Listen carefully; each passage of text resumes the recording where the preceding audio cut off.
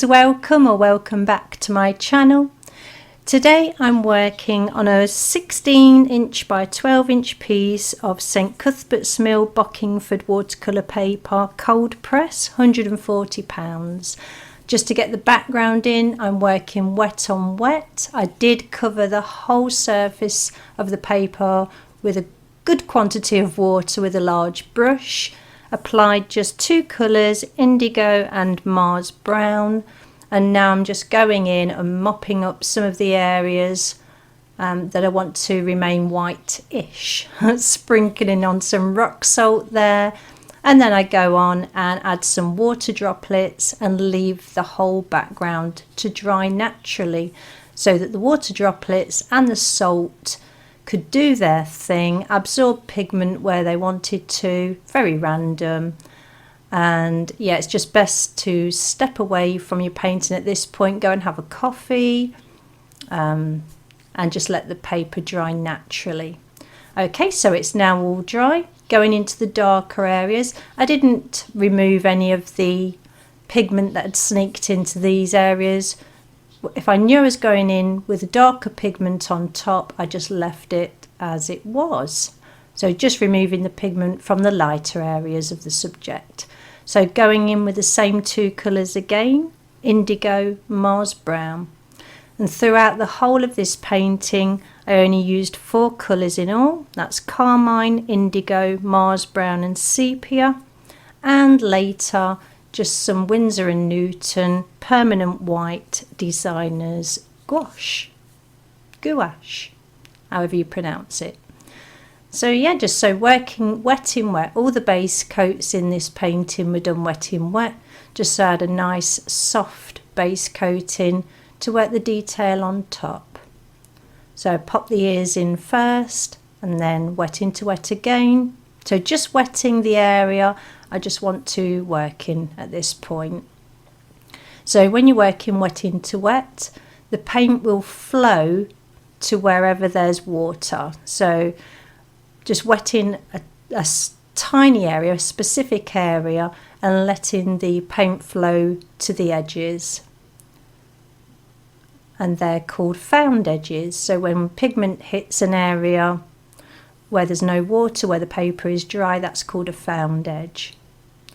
If the paint was to move across the surface of the paper like it did in the background, because the whole background had been wetted, it eventually runs out of steam, it stops moving, and that would be called a lost edge. So found edges, lost edges, that's all it means. Excuse me if I keep coughing, just got over a virus. Great way to start the year. So going in with indigo, and just to take it a little bit darker in places, adding a little bit of the Mars brown to it. So to get my darkest darks in this piece, it was a mixture of the Mars brown and indigo, and then varying the quantities or ratio of the two colours depending on how dark I wanted to go. Getting that shoulder area in now, again working wet into wet and just flicking the paint negatively up in towards the dry area where the white of the fur is going to be.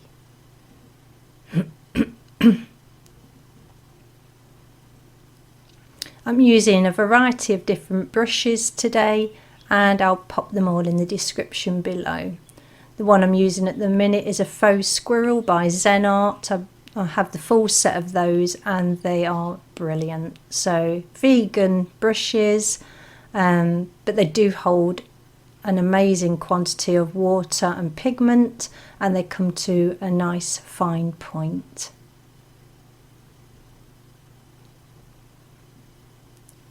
Getting some base coat into the paw area here, and going in darker on the left because I want it to look like the light's hitting it on the right. So forgetting about the little stick at the moment that the panda's holding, that can be put in later. I just wanted to get all the base coats in for the panda itself. And this is sped up quite a lot because the whole process took about 6 hours. I think I had about 6 hours of footage, and that doesn't include mixing paints and things like that. So it was quite a lengthy process for this project, and I've narrowed down the video to 45 minutes. So hopefully some of you are just sitting relaxing with a coffee, and hopefully some of you are doing some painting or crafting while this is playing in the background. I just want to say a huge thank you to everybody who's been subscribing and commenting on my videos and liking my videos. It's really, really appreciated. And if you leave any questions, I do answer them all. So just working a little area at a time with water and allowing the pigments to flow from left to right. Now wetting the nose area, clean water, and then just popping the pigment in there. And again, just using the indigo and the Mars brown at this point. Keeping a limited palette really helps give a painting unity, like it all fits together, it all goes together.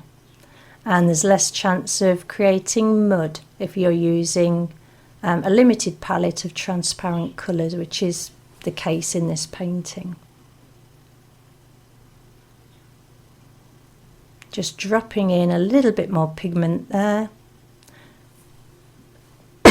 And when you're dropping in pigment to a painted area, that's called charging. You're just adding more pigment, which makes it look more intense. It intensifies the colour and also the depth. So I didn't use any black at all during the painting of this panda. Black on its own can look very flat, very dull. If you do choose to go in with black, make sure you're mixing it with a little bit of purple or a little bit of blue, just to give it a little bit more life.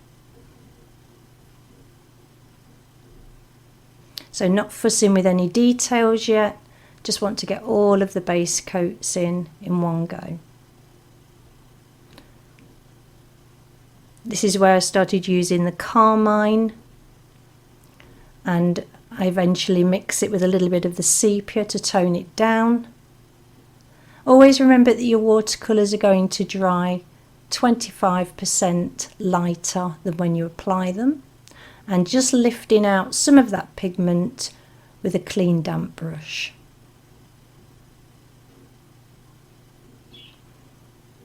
Now going in with a tiny bit of sepia, and when the sepia, sorry, not the sepia, the indigo, and when the indigo, because it's blue, mixes with the pink, we get a purple tone.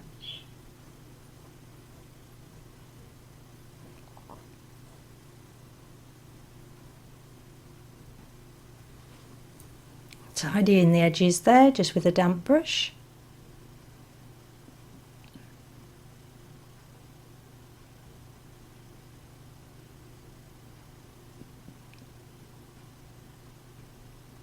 And then building up the darks behind the teeth. The piece of paper that I'm resting my hand on is called glassine, and it's an acid-free paper, and it doesn't pick up anything. You can rest your hand on it and it doesn't smudge or smear anything underneath it. Even if you're working in pastels, you can use a piece of glassine to rest your hand on work you've already completed or you're halfway through, and it won't even smear pastel. So it's wonderful paper. That's glassine. The one I use is by Clairefontaine, but I know there's plenty of brands out there. It used to be called butcher's paper.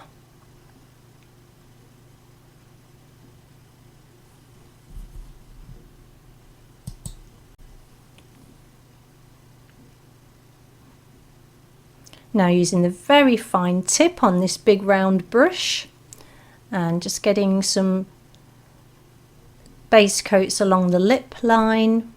So no detailing yet, just getting that base coat in my mind, just wanting to plant all of the base coats in and it gives me a structure to work from going forward. Got a bit confused with my lines over on the left where the tooth is. I don't know why, I thought there were 2 teeth there in my mind, but there you go, you can see that I narrowed it down to just 1, which is correct. So with this area, working up the left hand side of the panda's face, I'd wetted the area and then I'd started applying sepia, a little bit of carmine and a touch of Mars brown, and just varying the different colours as I moved around the panda's head. I knew I was going to go on top of all of this and do the detailing with gouache, with the permanent white gouache, but I knew also that when I was using the permanent gouache I was going to be tinting it as well, so there's not a lot of just white paint on the finished painting. Once you apply your base coat layers like this, you can then go on and apply detail with white gouache, but you don't have to leave it white. As long as you've got a very light hand and a very soft brush, you can apply watercolour washes to the top of the gouache and it will just tint the white gouache to the colour that you want. It's called glazing. But just keep in mind that gouache remains reactive to water, so you will need to use a light hand when doing that process later on in your subject, or project, I should say. Again, keeping everything light. I don't want anything that's too dark along here. I'm thinking that the light is coming in from the right hand side. So I want the base coats to be slightly darker on the left than the right. Keeping everything soft, allowing the base coats of all the different colours just to blend seamlessly together. So there's no harsh start and stop points.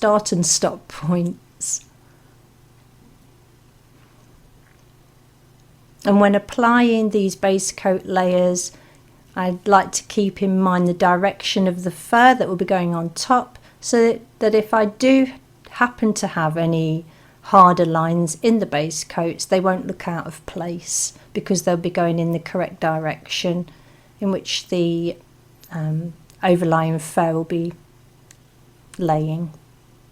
The direction will be the same.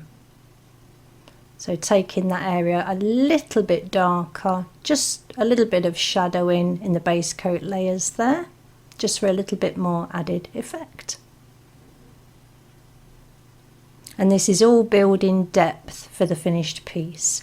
That's all dry now. You can dry the base coat layers off with a hairdryer or a heat tool.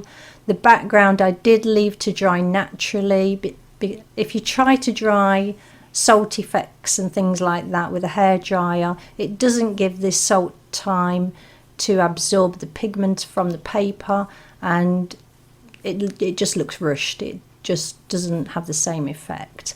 But with these base coat layers, if I need to work one area directly next to another, I need them to be dry, because if they're not, then they will bleed together and you'll lose definition from one area to another. So when I put the ears in and the eye patches in, they had to be dry before I could start applying base coats to the rest of the panda's face, else the black areas, or the darker pigmented areas, would bleed into the lighter coloured areas. If in doubt, just dry it with a hairdryer and then move on to the next stage.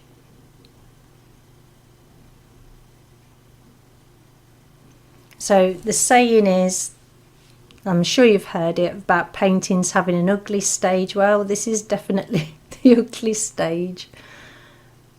Yeah, but just keep in your mind what the finished painting, how you want it to look. You know, think of all that lovely detailing you're going to be able to put in later, and just concentrate on that and trust in your techniques, trust in the process, and it will all work out in the end.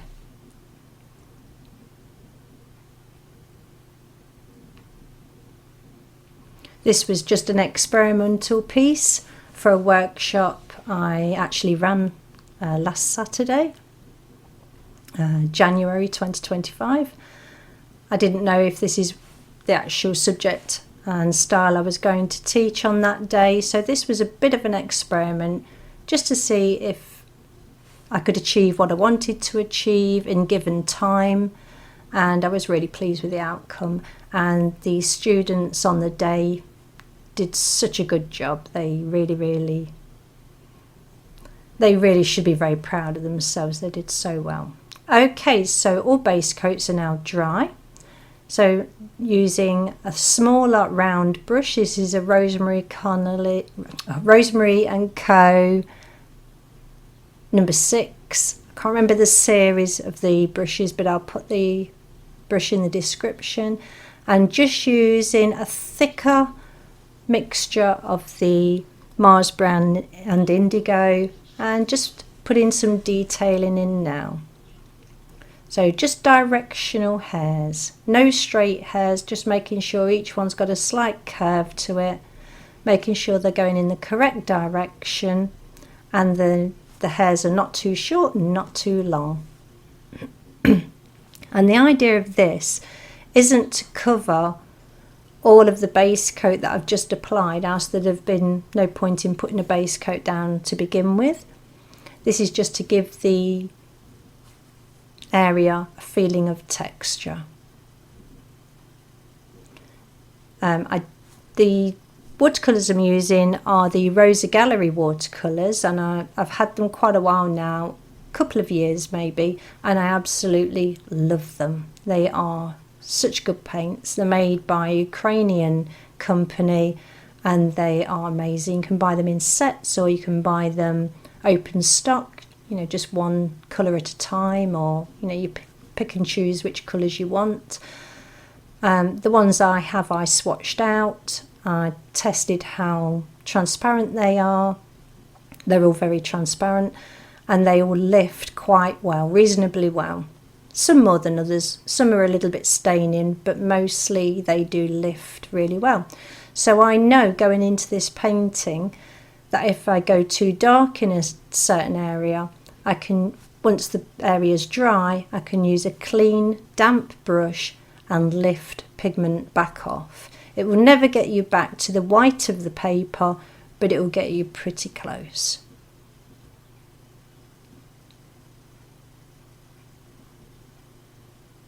So I'm just keeping an eye on my reference image, which is on my iPad in front of me, making sure that I'm keeping true to the direction of the hairs and the hair length. Sorry about that with the lighting, just getting in my own way there. But also I'm slightly altering the mix of the colour as well, so alternating between more Mars Brown, less Indigo, and vice versa, depending on how dark I want this mixture to be. Because there are going to be some areas on this eye patch, I don't know what else you'd call it, but where the light wouldn't be reaching as much, so there's going to be some shadowing, and in that area I can do a couple of things. I can crisscross these lines a little bit denser, and that'll make it look darker. Or I can alter my paint mixture and make the paint go darker too. So it's nice to use both of those techniques where I want the fur to be a little bit more dense and in shadow.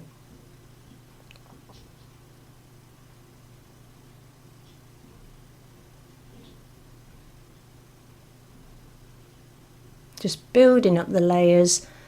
I'd got the heater on in the studio now, so it was drying quite quickly, which was nice. I wasn't having to wait for areas to dry. And this is all working wet onto dry.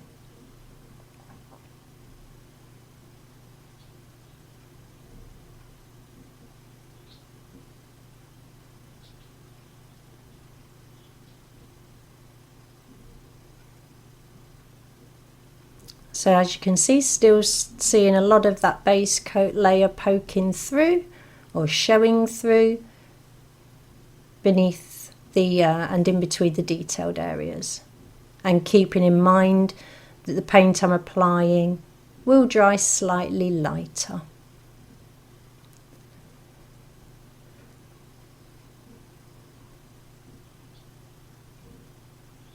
Obviously, if I didn't like the colour at the end of this segment of the painting, I could glaze different colours over the top if I needed to alter the hue, as long as the paint underneath was completely dry.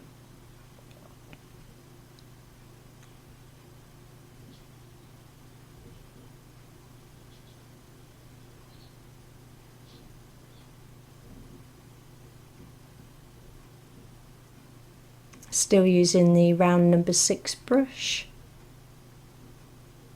I'm not one for using tiny brushes. I can't see the point. If you buy a good brush that retains a good point, that's all you need. So this is a quill brush. This is by Jackson's. I'll pop it in the description below. And this was ideal just for applying lots of detail strokes, and they hold lots and lots of water and pigment, so I did not have to keep dipping my brush in the paint to complete areas of this size.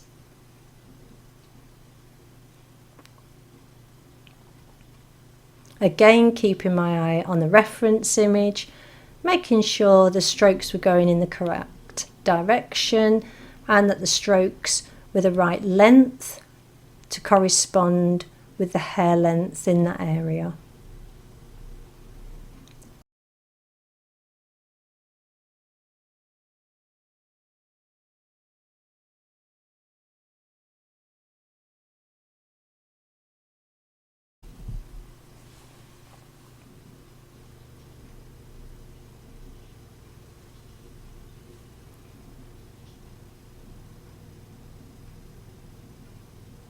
If you hear any weird sounds, I've got my puppy asleep next to me and she does sometimes snore.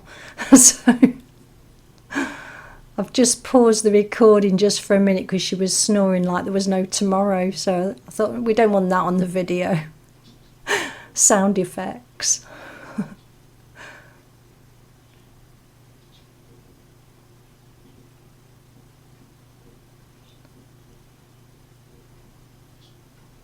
If you haven't given a quill brush a try, I thoroughly recommend them. These are vegan as well, but they're amazing. I think they're probably used by the Japanese and Chinese for their artworks with inks, but they're beautiful brushes to use, and they do retain the points really well. So because of the width of the barrel of the brush, it holds a lot of pigment, a lot of water, but the fine tip allows you to go in with detail too.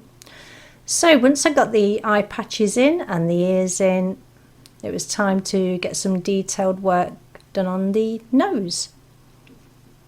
So I'm back to using the Rosemary Co number 6 and just getting some detail in there. So just keeping my eye on my reference image. I've got a vague line in for each nostril, but that's all.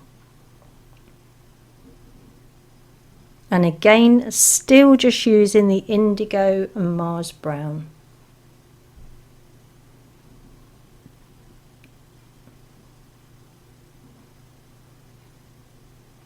Later in the painting process, I did add a little bit of a purple wash to the nose, and that was by using the carmine and the indigo, but predominantly the indigo with just a touch of the carmine to create a very deep purple colour.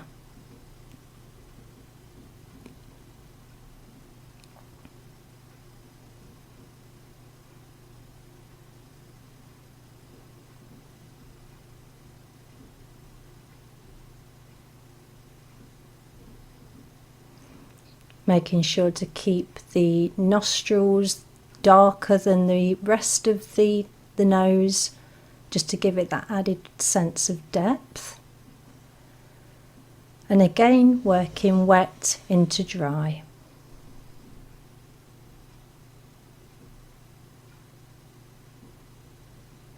Working wet onto dry, it just gives you a little bit more control over where your paint's going to move.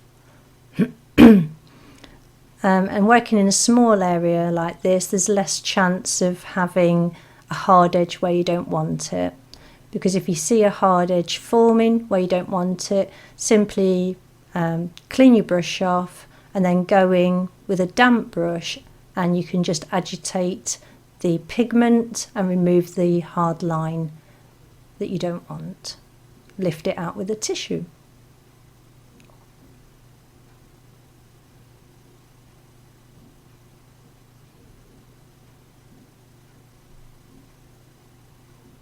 So making sure I do leave areas where the light will be hitting the nose, but also keeping in mind that where I want the lightest highlights, I'm going to be going in with the Winsor Newton Gouache later on.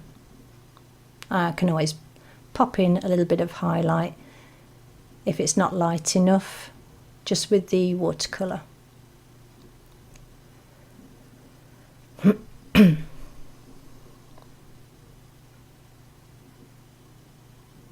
If you've made it this far, thank you for sticking with me. I hope you're enjoying watching this process. Please don't forget to like and subscribe if you haven't already, and share with family and friends if you think they'd be interested in seeing this process too. Also, if you're a member of an art group, please feel free to share my YouTube channel and videos with members of your art group. That'd be great. And as always, if you have any questions, please pop them in the comments below. Or if you're working on something and you're stuck, pop the question below and I will get back to you and see if I can help you as well.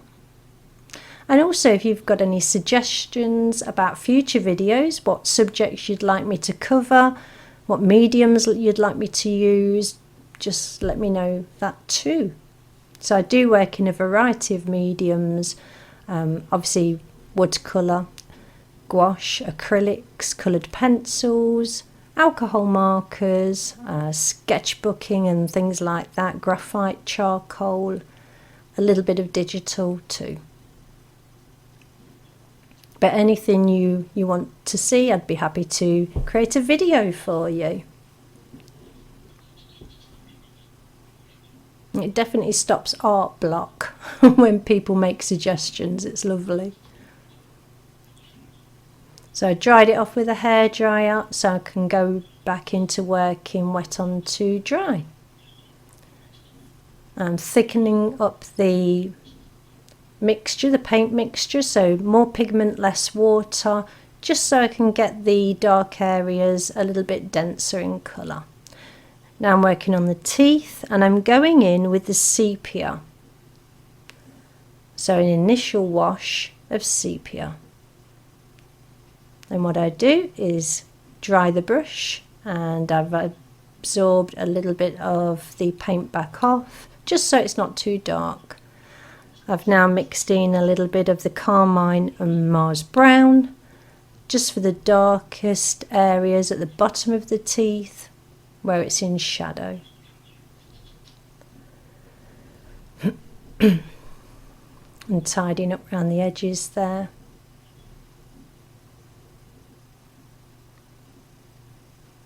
A little bit more pigment going in. And then dampening the brush down again.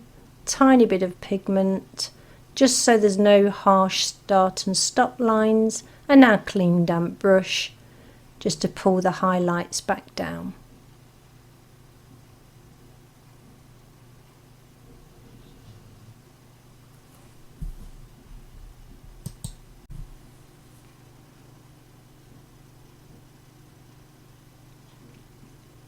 So I just wanted to increase the shadow on the tongue. So just by mixing a little bit of the indigo and carmine again, just to create a purple colour, and then negatively painting up into where the lips are, just where the fur will be overhanging, just breaking up that line just a little bit to make it easier for me later on when I begin adding fur to that area. Now just getting the darks in around the lips, around the jowls, and I'll be softening this out later with a damp brush just so it's not such a harsh look about it.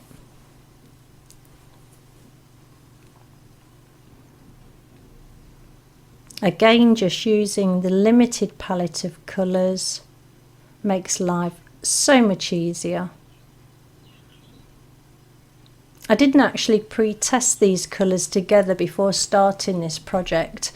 It's just that I've worked with the Rosa Gallery watercolours for so long now, and these 4 colours have been sort of etched into my mind that I know that they work really well together.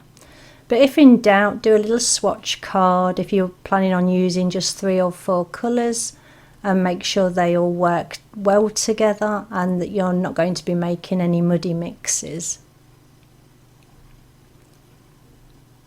Generally, just mixing transparent colours, you've got less tendency of mixing mud. It's when you come to start mixing transparent colours with opaque colours or different opaque colours together that mud can occur. I mean, sometimes you want that neutral colour, that mud colour, but in this case I definitely didn't. So a very, very watery wash going over the tongue there. A very, very watery glaze, just to give it a little bit more colour. And then going in with a damp brush and just lifting some of that pigment back out and wiping it on a tissue. And there you can see how light it is once it's dried. So wetting this area now, just with clean water and a light hand, because I don't want to disturb any of that base coat. And then just dropping some pigment in. So these are the shadowed areas underneath the detailed areas that will be going on top, the detailing of the fur that will be going on top. Just letting it do its own thing, and because I'm working wet on wet, shouldn't have any harsh start and stop points. At the moment I'm using indigo and Mars brown again, mixed together, but more Mars brown than indigo this time. Just softening the edge along there and softening that edge that was forming there just with a little bit of clean water. Going in with clean water again just to put some directional markings in. It's just lifting the pigment off the paper and leaving me with a lighter version of the wash that I've just put on.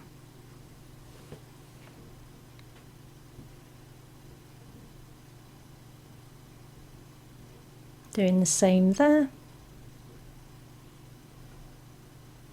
And all of this adds up to not having to do so much work in the final detailing layers with the gouache later on.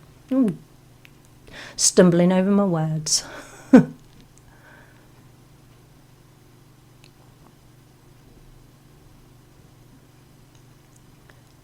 Clean water going onto the muzzle area now, the top of the nose, and applying a little bit of pigment, letting it do its thing.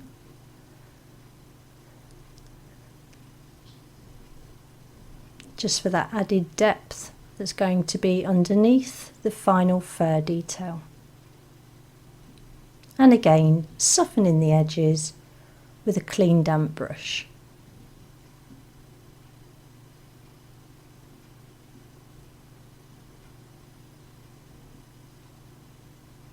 The painting actually looks like it's breathing, it's moving up and down. But what had happened was I'd worked on this, and I hadn't gone over the whole piece with a hairdryer to heat it up so it would contract back and go flat. So there was a bit of a bounciness about the paper at this point.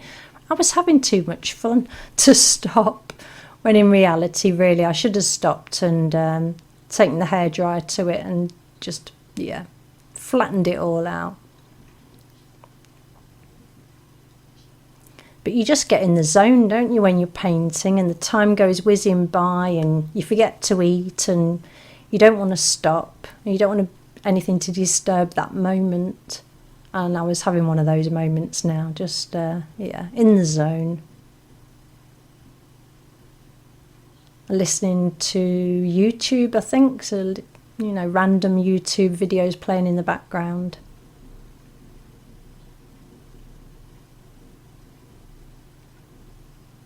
So finished with that area. What I've done now is I've taken a little bit of the Winsor Newton Designers Gouache and I've mixed a little bit of sepia with it. So you only need, if you want to dabble with gouache, you only need to buy a tube of white, pop it on a palette, and then just mix a little bit of your watercolour colours with the white, and you'll have all the colours you need. And it just gives you an idea of what gouache is like and how it works. And that's what I decided to do here. It really is a cheap way to find out if you're actually going to enjoy working with gouache, because just buying one tube is better than buying, you know, a whole set.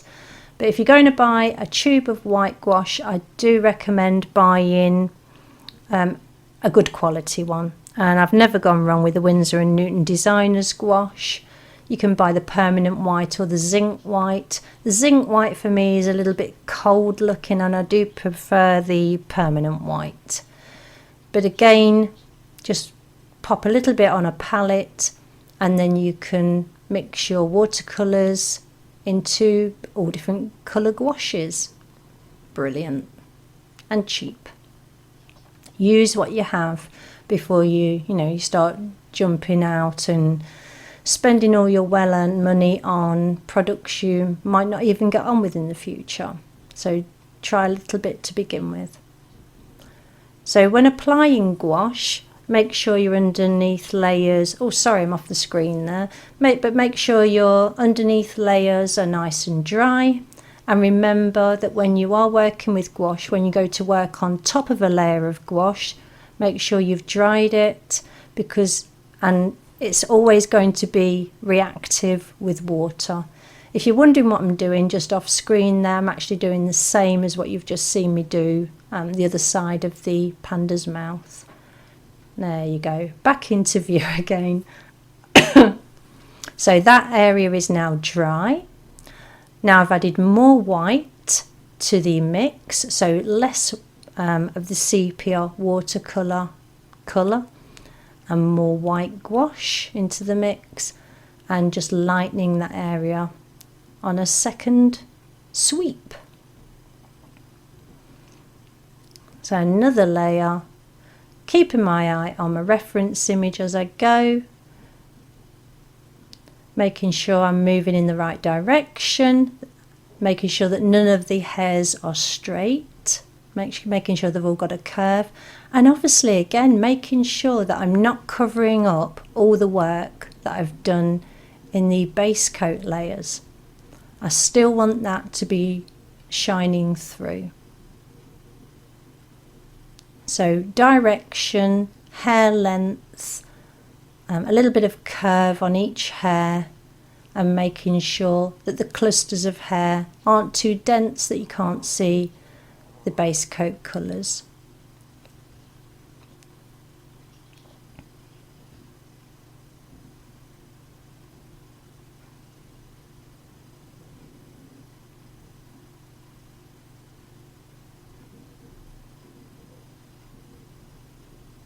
And then petering out as we go towards the lighter areas.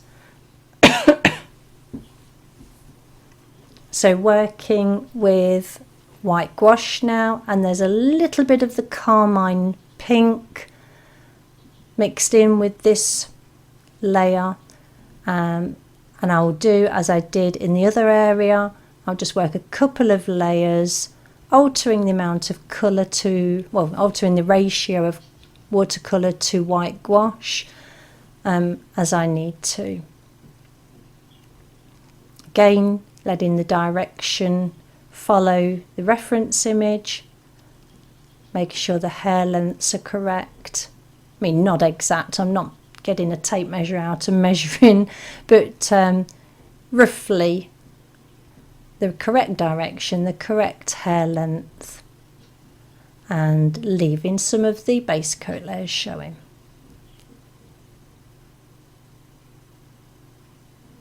And also hair width as well, because not all of the hairs on the face are going to be the same width either. It's going to have finer hairs in some areas and thicker, denser hairs in other areas.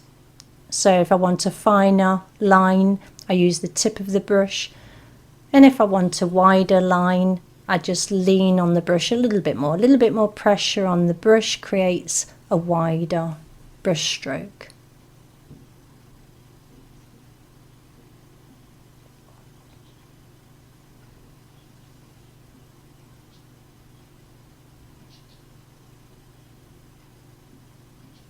This was such a fun project. I actually didn't want it to end.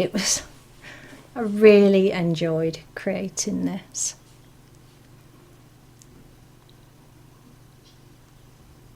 Okay, now this brush is called a rake brush, so it's like a filbert, excuse me, but it's just got gaps between the bristles, and this brush is meant for acrylics, this particular soft grip brush.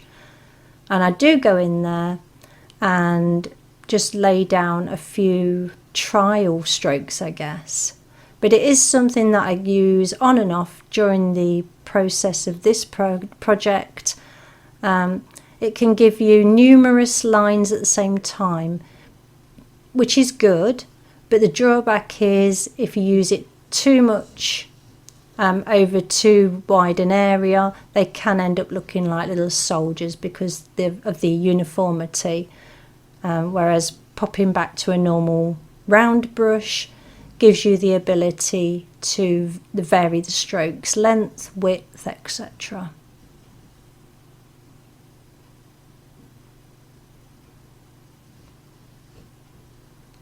So again, being careful not to cover up that dark shadowed area that I've put in. And less is more. So we don't need to put every single hair in, but we do need to convey the direction which the fur is moving in that part of the subject's face.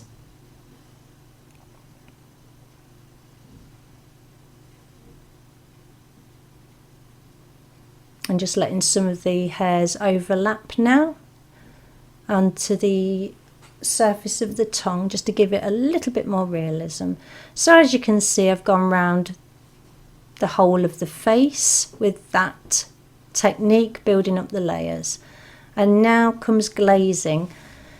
So when I want to glaze over gouache, I have got to keep in mind the gouache is reactive, so very light hand, very soft brush, so just using the tip of that number 6 and just applying the darks where I need to. Now if you go on too heavy-handed, what will happen is the gouache will reactivate and it'll start mixing with the paint you're applying, which is no good. It defeats the object then of having put it on all that work, and you'll just end up with a white hazy mixture on your paper. So just keep in mind, if you are glazing gouache, white gouache, just to keep a very light hand, and again keeping the strokes when applying gouache in the correct direction, so that if by any chance some errors do occur, then the lines will be going in the correct direction. I hope you've enjoyed this video. Sorry about my croaky coffee throat. There's the finished painting. He's 16 inches by 12 inches. I thoroughly enjoyed it. and I hope you did too. Take care everybody, and I will see you all soon. Bye for now.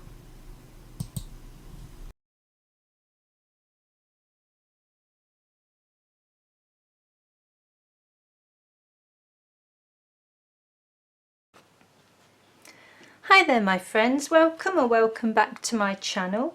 Today I'm going to be taking a look at the Kuretake granulating colours. I've already opened it and we have Aurora Red, Aurora Pink, Aurora Orange, Aurora Blue and Aurora Violet. And then this tray, the 6th tray, has been left empty for mixing the colours. So as you can see by the image on the front, it shows you that the pigments within each colour actually split. So the idea is, after reading up on this company, the idea is you mix this with a lot of water and then you add it to wetted paper as well. Then you allow it to dry on its own, you allow it to dry naturally. So don't use a hairdryer or a heating tool or anything like this, because you have to give the pigments time to separate. So what I've done is I've just misted these with some water with a spritzing bottle. And because we've got the 5 colours, I didn't want to keep cleaning out this little palette, so I pulled out a little palette here. We'll go for the Aurora Red to begin with, which is this one. So as I said, these have been pre-sprayed, so we'll mix a lot of pigment into the brush, pick up a lot, and then pop it into the first swell. Now I haven't used these, so this is new for me too. Okay, so that's the pigment mixed into there. Clean the brush up. Pick up some clear water, and still got a little bit of pigment in, but it's clean enough, and we'll wet that area there. Let's see what happens. Okay, well, there's lots of movement. The paints really do move very well. I don't want to mess with them too much, but I will drag this end onto the dry paper.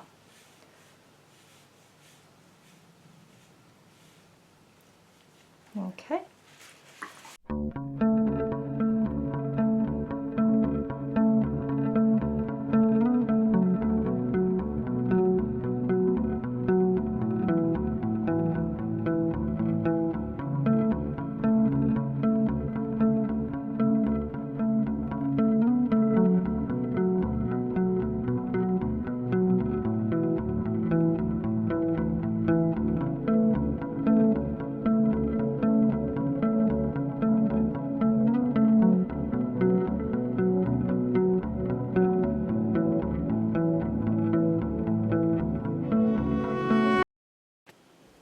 Okay, I'm back and it is the following day, so I've let these dry overnight, and wow, I am so pleased with how these have dried.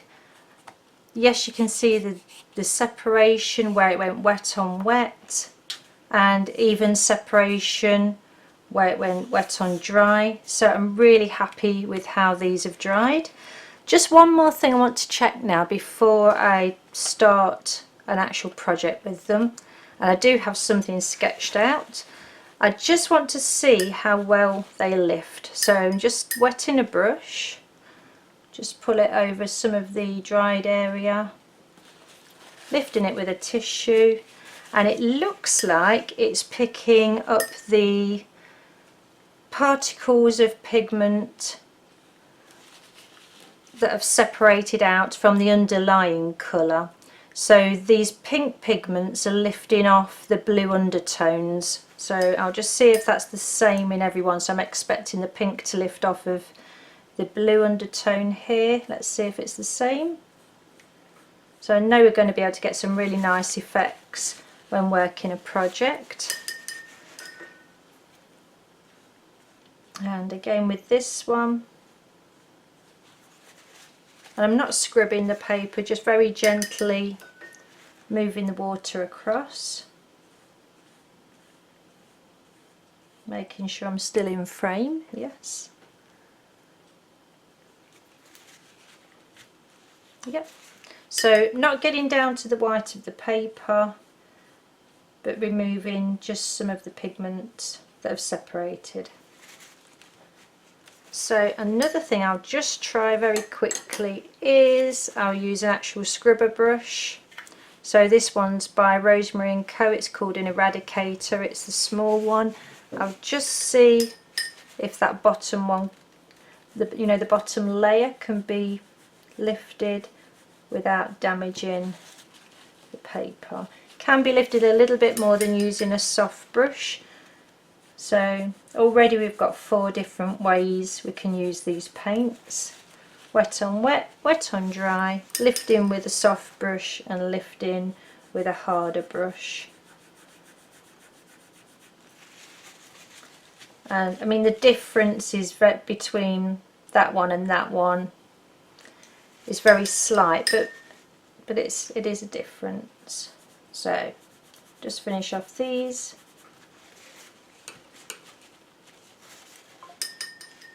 With this one.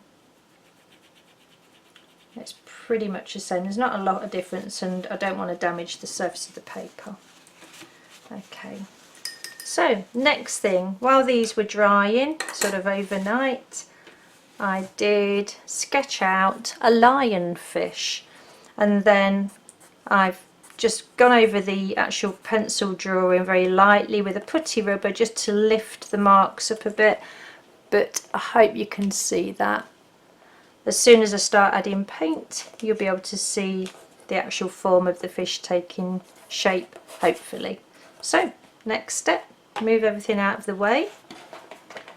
I'm going to stick with one colour. I'm just going to stick with the Aurora Orange to do the lionfish, and whether we embellish it with ink later on or pencils or something, I'm not sure yet. So the colours have been left overnight, and as you can see, the pigments have separated, so definite separation within the pans, which is really nice to see. And it's this one, the Aurora Orange, that I'm going to be using for this painting. So here we go.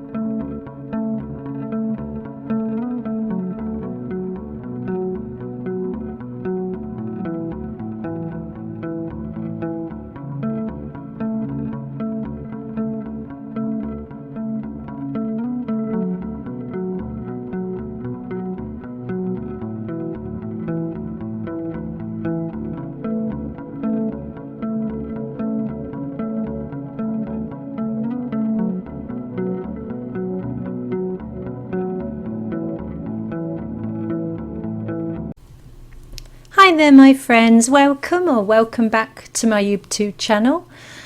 Today I've just been playing with some watercolours on a piece of hot press watercolour paper by Derwent, and it just gave me time to think about giving ourselves permission to play with our art supplies. This wasn't going to be a tutorial or anything like that, it's just a case of hitting the record button and then just seeing what happens, in the hope that I might encourage or inspire you just to pick up some art supplies and simply have a play. I think when we get into the mindset of we having to create something that's frameable or got to go up for sale, or we're working on commissions, or even if it's your hobby, I think sometimes we get caught in a trap of thinking that everything that we produce has got to be spot on every single time, and it just doesn't give you any freedoms at all. So I thought today I will just grab a coffee, get some paper taped to a board, get some watercolours out and simply play. So I just got some Core watercolours, that's QOR watercolours, mix them in a big palette, wet on wet, wet on dry onto this sheet of paper, and then working from the pattern that the paints themselves had produced. I had nothing in mind, there was no plan going forwards, but I decided just to mask a little bit of the paper off like this with some ripped up cardboard and a few sheets of paper, and just added a little bit of texture just by tapping a paint loaded brush over the wetted surface, and it just gives a little bit of texture to the painting. Now if I was in the mindset of this has got to be not perfection, because there's no such thing, but this is something that somebody has ordered or it's going to go into a gallery or something like that, it just takes away the freedom sometimes. I love what I do. There's no two ways about that. I love creating artworks, but sometimes I just need freedom just to relax and explore my mediums and just see what happens really. So when you've got an hour or a couple of hours to spare, just grab your art supplies, grab a cup of tea or a cup of coffee and just sit and play. Have a movie on in the background or some music on in the background or a podcast or something, and just literally relax into your art materials. So I was really enjoying this process, and as the background colours bled into each other and I'd created that area of texture in the middle of the painting, I decided I would sketch out a lemur. And then I sketched it out on my iPad and then transferred the image from a printout onto the paper. And then again, I just wanted to have a play. I haven't used this paper by Derwent before. It's a big A3 pad. They sent me a box of supplies a couple of weeks ago, and I'm still working my way through them just to see what the papers and the paints and things do. And this shows you that it's just a matter of playing with your materials, because as you can see I'm going on layering up some watercolours, because obviously I'm working with a transparent medium over a coloured background now, so I know that this paint won't cover what's underneath it, but I just wanted to see if it could work in harmony with the colours that were underneath. And as you'll see, some things work, some things don't, but that's just a journey. It's just a mind of adventure that you want to be in. You want to be creative but relaxed and have fun. I mean, that is the main thing, just to sit and have some fun with your art products. I'm probably going to be waffling for 20 odd minutes during this because it wasn't a pre-planned video. I haven't written a script, obviously, I don't do that, but I just wanted to show you that not everything has to be great. You know, things work out, some things don't, and that's fine. That is all part of the process. And as I said in my last video, if we create something and we're not completely happy with it, or we make mistakes in inverted commas, we're learning constantly. Every time you pick up a pencil and draw something, every time you paint something, you're actually putting knowledge into your memory that you can then draw on in the future. So it really doesn't matter whether a painting turns out or not. It's just a case of trial and error. And you keep trying until you find a technique or a solution to a problem that works for you. And yeah, that's it really. So as you can see, I'd applied a lot of layers. I didn't like it, so all I'm going on with now is clear water with a clean brush, dabbing the pigment and lifting it off. And this in itself gave me some more ideas of what I could do with this piece. I've got some fine liners to one side now. I've been and got those out of my storage unit, and I'm deciding now which way to go with this little piece of artwork. And I must admit, because I've put the finished painting to the top right hand corner, I'm really pleased with how this little experiment turned out. He's turned out really cute actually, but if he hadn't, I wouldn't have minded. It would just have been a lesson learnt. And no time is wasted when you're creating. But yeah, so I'm just dabbing everything off. Obviously it won't take it right the way down to the white of the paper, because I've already got the layers of watercolour underneath these layers that I've put on. But it does lighten it, and it softens the effect of the colours underneath as well. And I'm working from a limited palette. I believe I only used 5 colours in the whole of the painting, plus black and then some white gouache. So yeah, a limited palette. And because I'm mixing everything from that limited palette, at least the colours were working, and I knew the colours would work because of the limited palette. So just dabbing out some more there with a tissue. But yeah, life as an artist, we don't just sit and paint day in, day out, day in, day out. There are other things that need to be done, emailing and things like that, answering questions, providing quotes, all things like that. But this is the part that I personally love, and that's just playing with materials. And even if you don't have many materials, all you need is a pencil and a piece of paper, and then you can practice sketching and composition, everything like that, shading. And pencil control helps with brush control when you come to start painting. And colour mixing if you've got a little set of watercolours, and just have a play. So I'd lifted off as much as I wanted to at the moment, and I decided it was now or never to go in with some line work. So I'm using an edding pen that I've had for donkey's years, and it's still going strong because, to be honest, I don't use them very often, but I just wanted to have a play. So this is sped up a bit because you wouldn't want to sit and watch me do all this. And as I said, I didn't even think I was going to be making a video out of this. But while I was doing this, I just thought of how many people are out there that maybe don't feel as though they have permission to just sit and play with their art materials. And it is something you have to give yourself. It's all right somebody else saying to you, oh, why don't you paint today?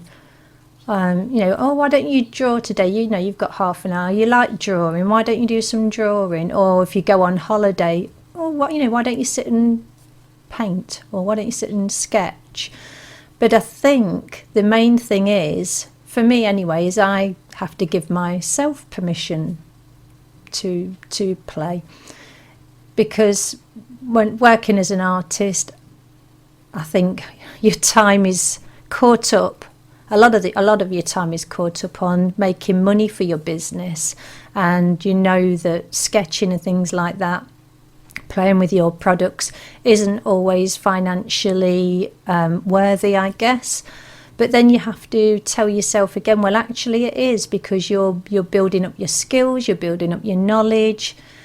And especially when companies such as Derwent send me products, I know that I have to make time to play with those products. So I do give myself permission to play and use some of that valuable time just to sit and explore what the products can do, what they can't do, how I can bend them to my techniques and to my styles. And yeah, I don't know, it just struck me today that I wanted to share this and hopefully encourage other people just to play with the materials. You don't have to produce something at the end of it. And that's where sketchbooks can come in really useful as well. I know we go on social media and people show off their sketchbooks and they're all full of these immaculate designs and paintings and drawings and things. But a sketchbook can be anything you want it to be. And a sketchbook is an ideal place for sketching out your ideas, sketching out new designs. And you don't have to show anybody. And if you go wrong, you just turn the page and you've got a brand new page waiting for you. So sketchbooks are really good if you want to play with materials and you don't have to show anybody if you don't want to. So I've got some sketchbooks on the go. When I complete my next sketchbook, I will do a sketchbook flip through. But yeah, if anybody else wants to ask questions, or if you like to play with your art supplies as well, then just drop me a message down below and I'd love to hear from you. I do read and reply to all the comments. So this edding pen the ink is waterproof, meaning if I don't like it when I've done it, I can go back over it with paint again and it'll just stay put. So you have to watch that. Some fine liners are water resistant and others aren't. So just going on with a little bit of gouache now. And because gouache is an opaque watercolour, if I apply too much, I can just add a little bit of water and soften it back down. I'm so glad that I left the camera running for this little lemur, ring-tailed lemur. The paper held up really well. As I said, I haven't used this one before.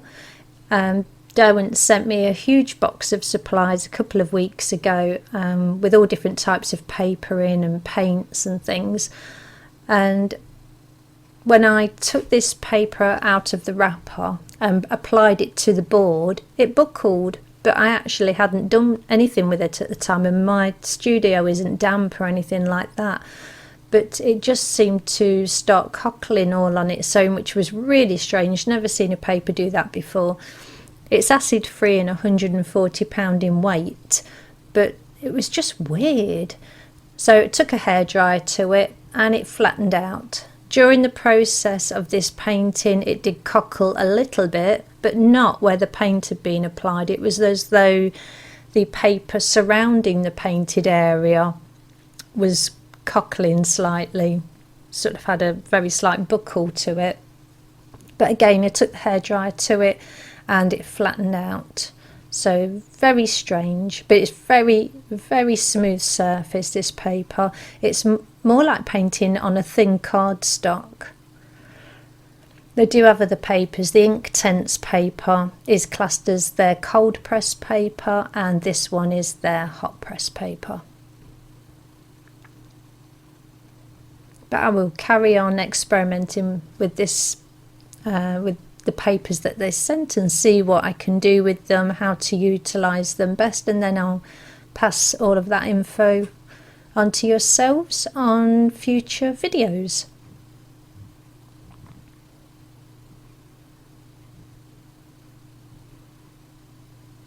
Hope everybody had a nice bank holiday weekend.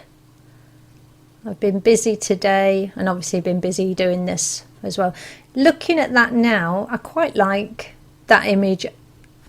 if I'd have left it there, I would have been quite happy with it as well, with all the background colours showing through. But that's something I can do on another piece in the future. I already have some ideas of working pieces with a colourful background and sort of a transparent bird or animal on the front. So a little bit like stained glass. Yeah, could have left him like that. I quite like that actually, but I didn't, so I just carried on. I think that's when you're in the zone and you sort of zone out, and I do, you know, keep looking at work as I'm working on it, but I think when you see it on a playback you see more possibilities than when you're actually sitting working at a painting or a drawing. So I'm putting those little fine marks in there, but I do go over later with a damp brush and just soften all those out. And I do rework the shape of the face slightly towards the end too. So doing something like this, it doesn't take long. The background took possibly 10 minutes, something like that. Then obviously the drying time, I didn't want to use a hairdryer because I needed to know what the paints would actually do on this paper and how it could stand up to being wet for so long, because there was quite a lot of water with the pigments there. It's looking very dulled down in the video, but the colours, core colours, are very vibrant, and the finished painting on the right hand side does show the true colours that are in the background. So I let the background dry by itself and then took a hairdryer to actually flatten the paper back out again. But the paint itself was touch dry. You know when a paint's not dry if the paper still feels cold. If the paper feels back to sort of a normal temperature, you know that the watercolour paints are dry and the paper underneath is dry. I quite like him like that as well, although his face looks the wrong shape because there wasn't enough shading on it yet. So this video is running at about 23 minutes, so not a long one. I did do a poll and asked people if they wanted longer videos or shorter videos or a mixture, and the majority of people wanted a mixture. So I posted one yesterday that's a longer tutorial. That's butterfly in gouache, and then today's unplanned video. It's just 23 minutes.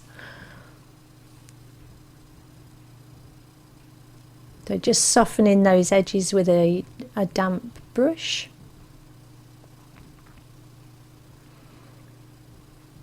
And the paper was fine. The paper didn't peel or pill. The surface of the paper stayed nice and flat. It took the colours and the pigments very well. The colours remained very vibrant throughout the painting process. So I'm happy with how the paper reacts to the paint. It's just a bit unusual how it cockles, you know, by just looking at it. It's just very strange. I might contact my contact at Derwent about it and ask them about it. But so far so good. And as you can see, this is only a little piece, so maybe it's because I only applied the paint to the middle of the paper and the piece of paper was A3, so quite large. Maybe if I'd applied a wash to the whole of the paper, or maybe I might try stretching the paper next time and see if that helps. But it's just the fact that when I got it out of the pad, ripped it out of the pad and taped it to the board, it started cockling already and I hadn't even done anything to it, which was very strange. Going in with some darks now. Could go back in with the Edding pen, the Fineliner, but using this brush instead. One of my favourite brushes, this Rosemary Co brush. I'll pop it in the description below. I use it in nearly all of my watercolour and gouache paintings.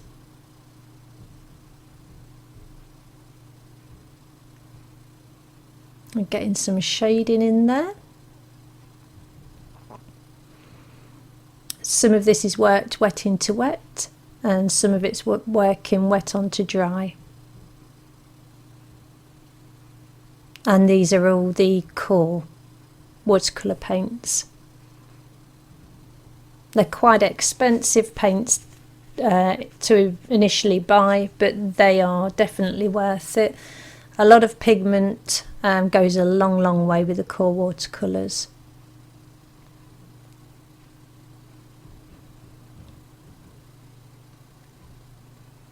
Just random little marks going on there, just to create a little bit of visual texture in the fur.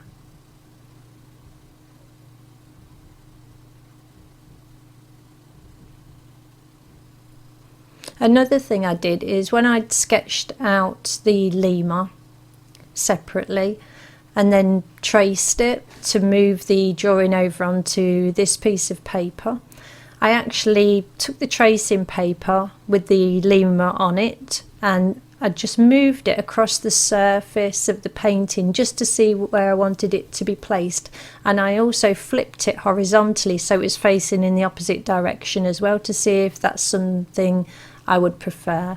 So I was looking at the composition by moving the tracing of the lemur around and obviously flipping it backwards and forwards as well.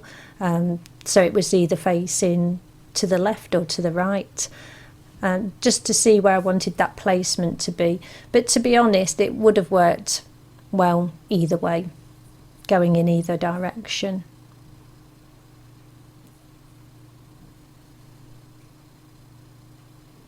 So going in with some blues there, just to give it a little bit of interest. But obviously I want all the focus really to be going towards the face. So the face ends up more detailed than anywhere else on the lemur.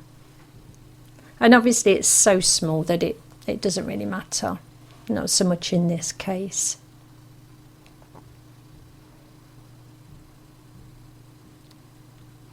And there you have it, ring-tailed lemur in watercolour, after having given myself permission to play. I hope you found this video insightful, or it's encouraged you just to grab a drink, grab your art supplies and just have a play. Please like and subscribe to my channel if you haven't already, and if you have, then a huge thank you. It really helps the algorithm. And if this is something you think somebody else will appreciate, then please feel free to share videos from my channel on other social media settings, or tell your friends and family about them. That'd be really appreciated too. So until next time, I'm signing off now, and I will be back soon. Take care, stay creative. Bye for now. Bye.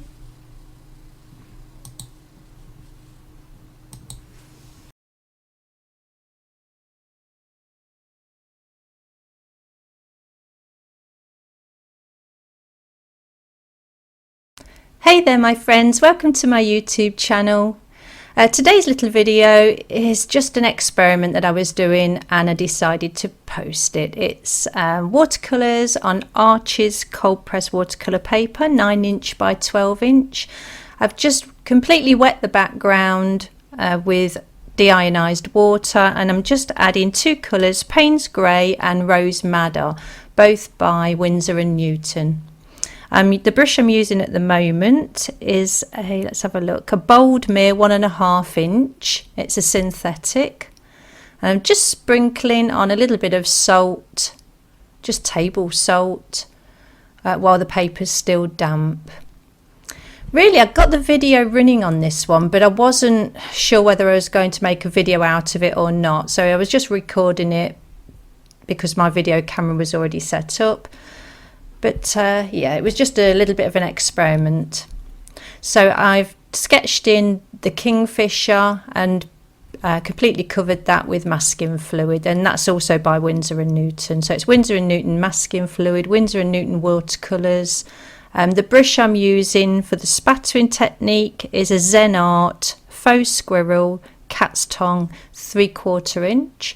I'm going to be doing a separate video on the Zen Art brushes. I've got a set of vegan brushes and they're working absolutely fantastically, so I will do a video all about that later on. As mentioned in my previous video, I'm now popping the finished painting up in the left hand corner so you can see what I'm actually working towards. So so I completely wet the paper with water, added a few washes of Payne's Grey and Rose Madder, and now and then I added the salt, and now I'm just spattering on with those two colours again, just to get a very random out of focus effect for the background. And yeah, this is the best technique I found of spattering paint. If you want a finer spatter, then it's nice to use something like a toothbrush. Okay, so I've removed the masking fluid just by rubbing it very gently with my finger, and it doesn't disturb the paper underneath. I've sketched in the rest of the Kingfisher because the masking tape had removed the graphite lines a little bit, so I just wanted to make them more visible. And now the brush I'm using now and for the rest of the painting is by Rosemary Co, a series 344, and it's a number 6, and it's my favourite brush. It goes everywhere with me. I really do need to buy a backup one, but I've had this one for a few years, possibly going on for 5 years, and it still works fantastically, and I use it on all my watercolours, watercolour pencils, things like that.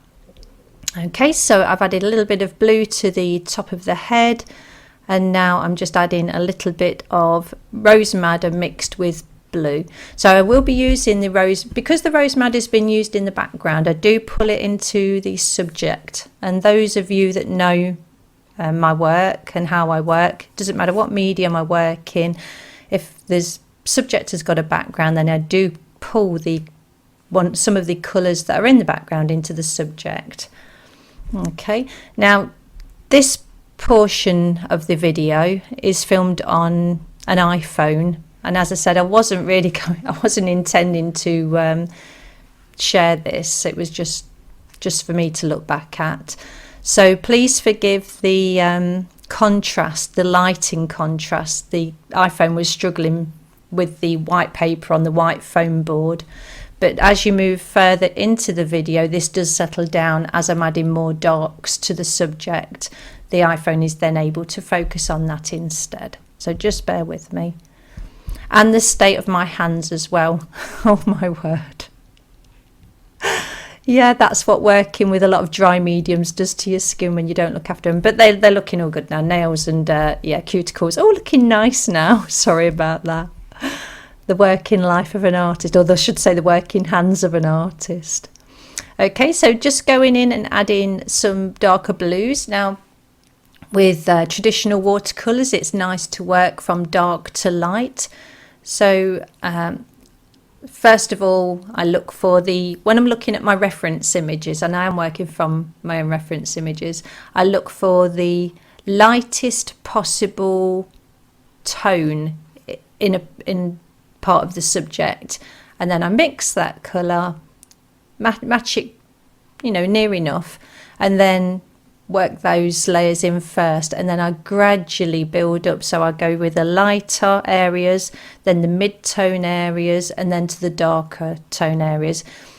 And by doing this, you do build up a lot of depth in your painting as well. And the beauty with watercolours is, especially if you're using a staining colour that's harder to lift, is then that you can then glaze translucent layers over the top and build your depth of colour up that way. So popping in a little bit of the detail now across the forehead of this Kingfisher. And as I said, this is really, a small piece. The paper is only 9 inches by 12 inches, so the subject I'm working on is tiny. And if I'd wanted to go in and do a really detailed piece, I would have made the subject a little bit bigger. But it was just, I think it was one afternoon I filmed this, and it was just something to relax to, just to a chill out piece. hadn't got any expectations for this piece. It was just playtime, and I believe this was the last sheet of paper that I'd got of this Archie's cold press at the time, and I just wanted to have a play with it, and yeah, I thought a Kingfisher was in order.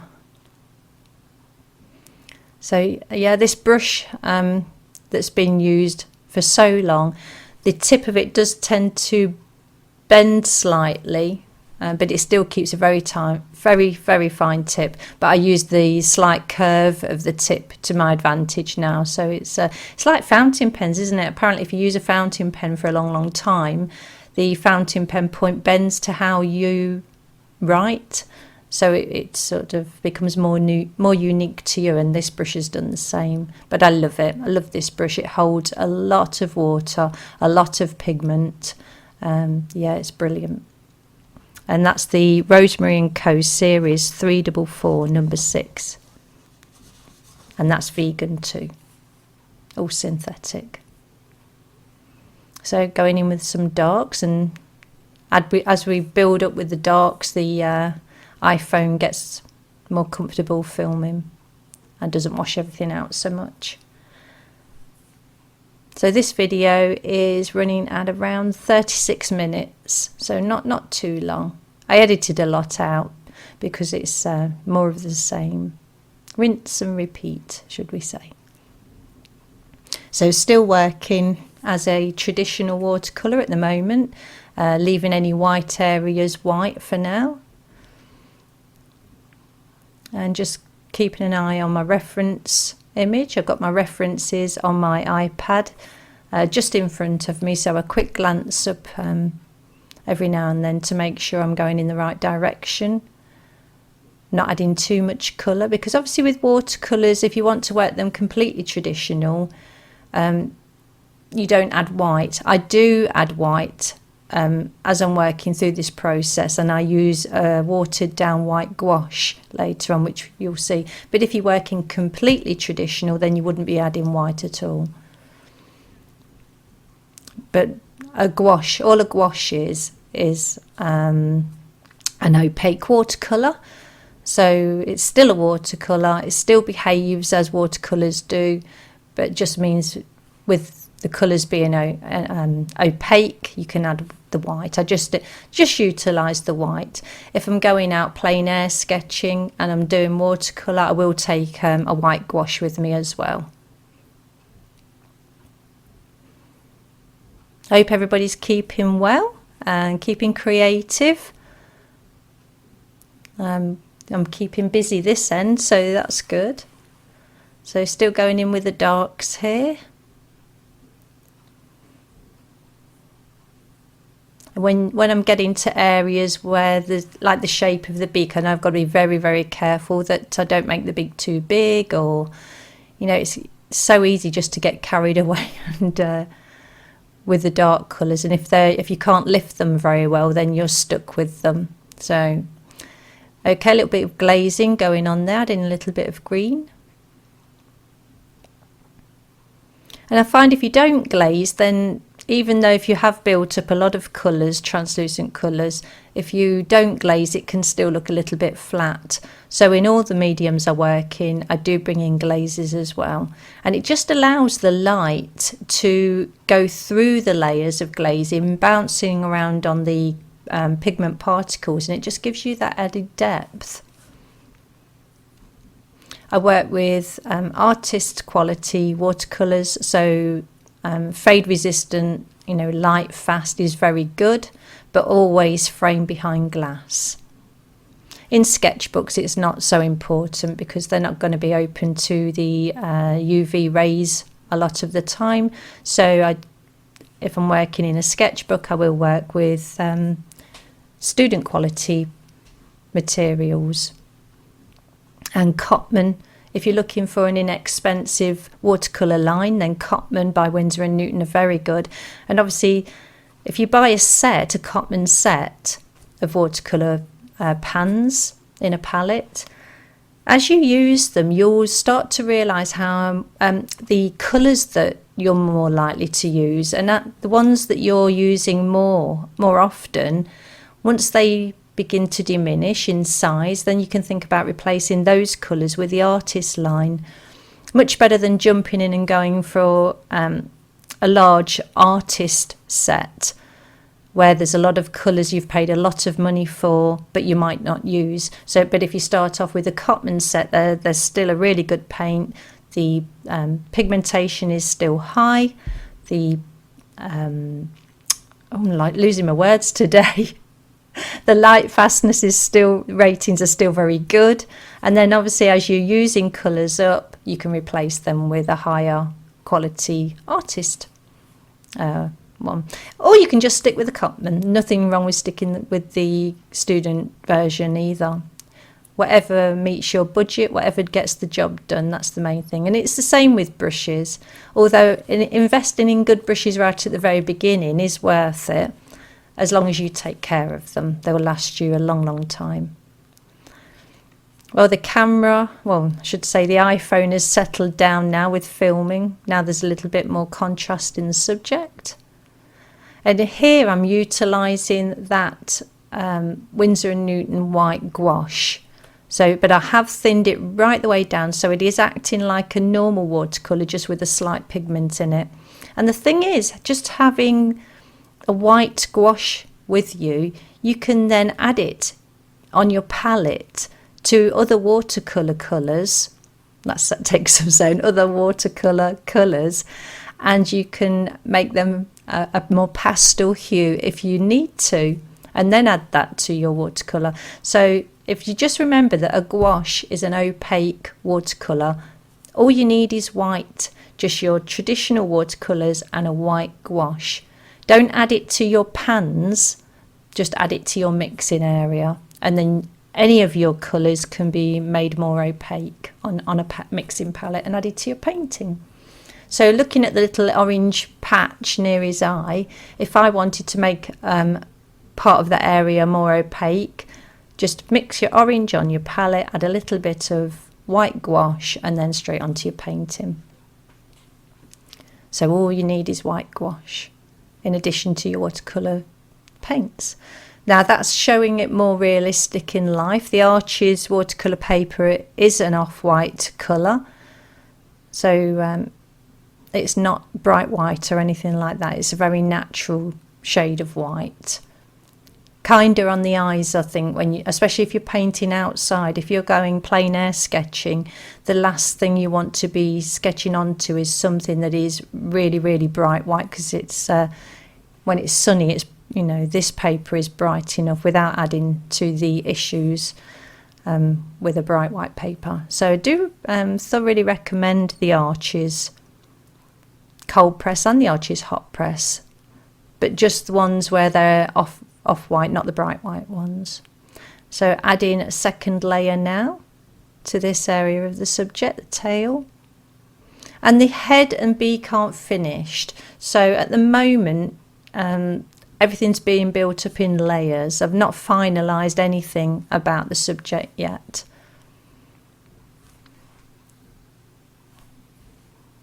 And as you can see, the salt work to treat on the background. When you add salt to a painting, it is a very random hit or miss whether it's going to work. I mean, it will do something as long as the background is still damp. You don't want to add the salt when the paper is too wet, or add the salt when the paper's too dry. It won't do anything. But just as the paper is slowly drying, that's when you just want to pop the salt on, when it's still damp. But as I said, it's very random. Obviously, you're just sprinkling tiny granules of salt onto your paper, and then just let it dry. Let it dry naturally. Don't try and speed the process up with a hairdryer or a heating tool, because it takes away from the effect of the salt. The salt doesn't get to do its job then. So pop the salt on. Go and make a coffee, or, you know, have a walk, or put the dinner on, or whatever you need to do, and give it maybe a few hours. Depends how hot your area, the room that you're working in. If it's a warm room, then the paper will dry quicker, obviously. But once the paper has dried and you've given the salt time to absorb the pigment, Then all you need to do is hold your painting over a bin and brush the salt off into the bin, or if you're outside, just onto the floor. And you'll be left with a pattern where the salt has absorbed the water and pigment. Okay, just looking at my reference image, and I keep looking at that and make sure these brush strokes are going in the same area. So very light washes of colour. And as I said, all the rest of the painting, apart from the background, is now being done with this Rosemary Co number 6, series 344. I'll list everything in the description below.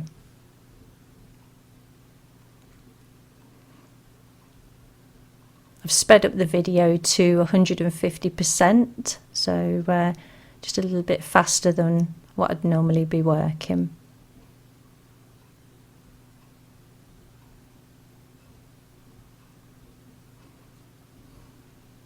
Just taking my time.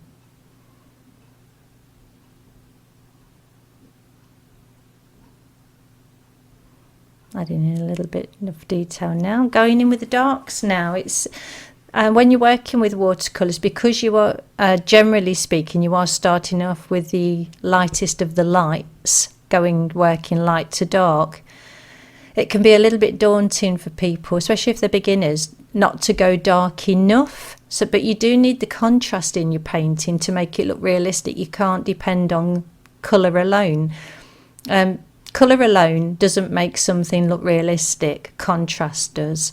So to get your contrast in at this stage is really nice. So getting the eye in was brilliant, because that's generally the darkest of the darks are in the eye, especially on the reference images for this painting. And also the shadowing underneath this wing was very, very dark. What I generally do is, using a colour picking tool on my iPad, I'll go in and actually look where the darkest areas are on a painting, and this was very, very dark blue. So I mixed a blue, added a little bit of the Payne's grey that I used in the background, just to, keep the painting looking as a whole, and so it doesn't look like the bird's been cut out and stuck on. Utilising the background colours into the subject and getting those darks in really, really helps with the overall contrast of the bird in the background. So you can also do things like contrast studies and things like that. So if in doubt, you can change your reference image to black and white, and that really, really shows you then where the dark areas are and the lighter areas are. And you could then sketch out a little tonal map, a contrast map, a little thumbnail sketch. But the more you paint, the more you recognise these things, the more you see. Yeah, it's like driving. It's all right, you can read all of the books on driving, but until you get behind the wheel, and you can, take driving lessons and take your test, pass your test, but until you're out and about on your own in a car, that's when you learn to drive, I feel. And the same is with painting or drawing. You can read all the books, watch all the videos on YouTube, but until you actually sit down and start painting or drawing yourself, that's when you start learning. And that's when you can actually, things people have taught, things you've read, things you've watched, actually start making sense a lot more when you start creating yourself. So if you haven't already, do get a pen and a pencil and a piece of paper and start drawing or start painting, and everything I'm saying now make more sense if you've had a little bit of experience yourself. So what I'm doing now, putting the base coats onto these little feathers on his wing, and I'm letting each one dry. That's why I'm not doing them next to each other, because I could have just done one wash over this part of the wing, but then I might have lost some of the graphite lines underneath, because they are very, very light. I've actually taken some of them out with a putty rubber just to lighten them a little bit, because I didn't want them showing through the paint.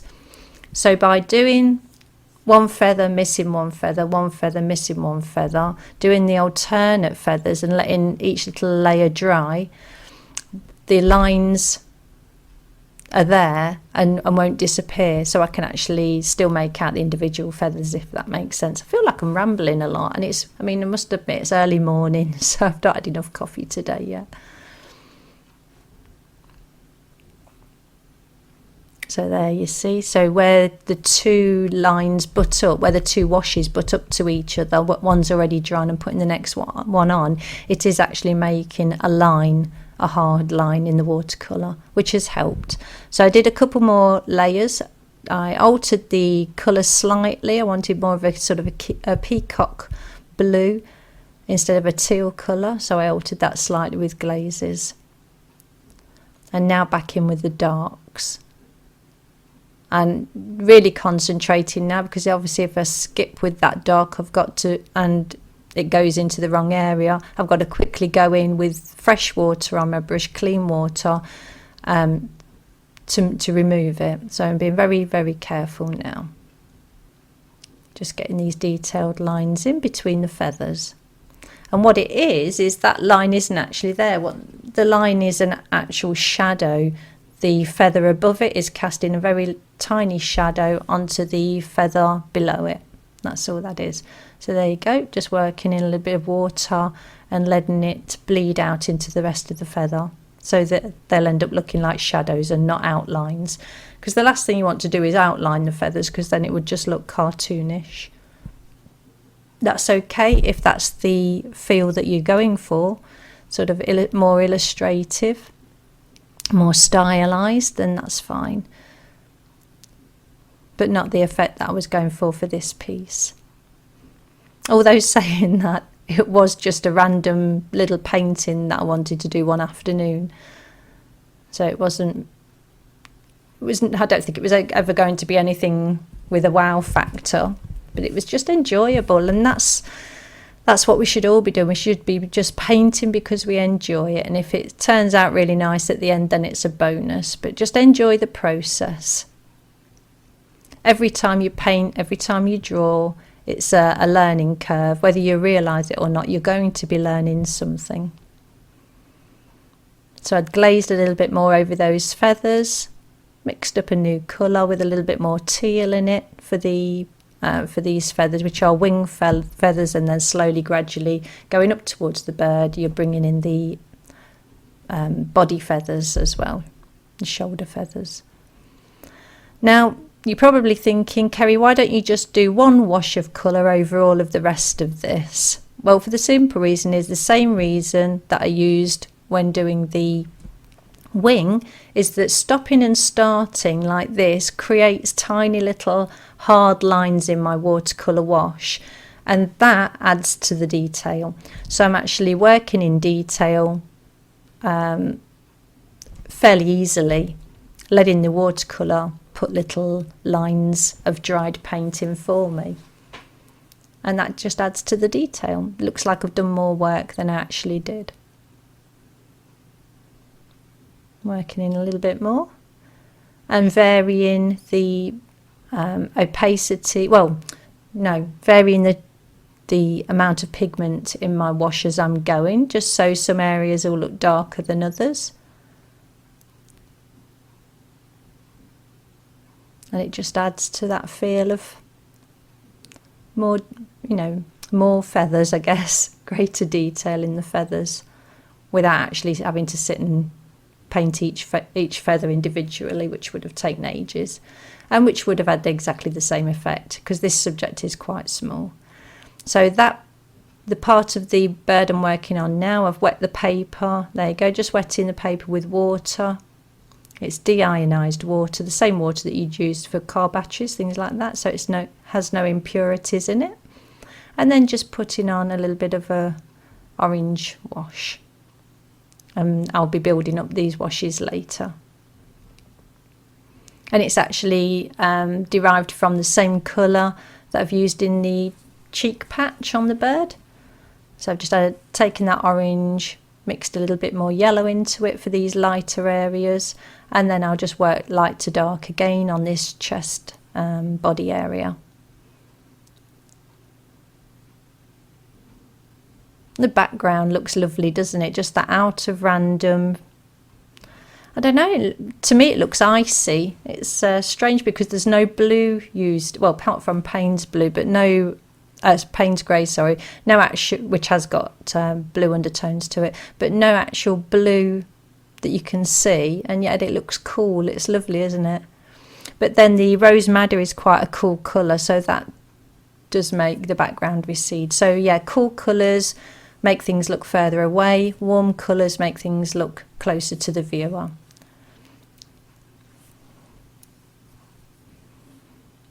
Keeping my eye on the reference image again, making sure I'm getting the detail correct where the orange feathers stop and start.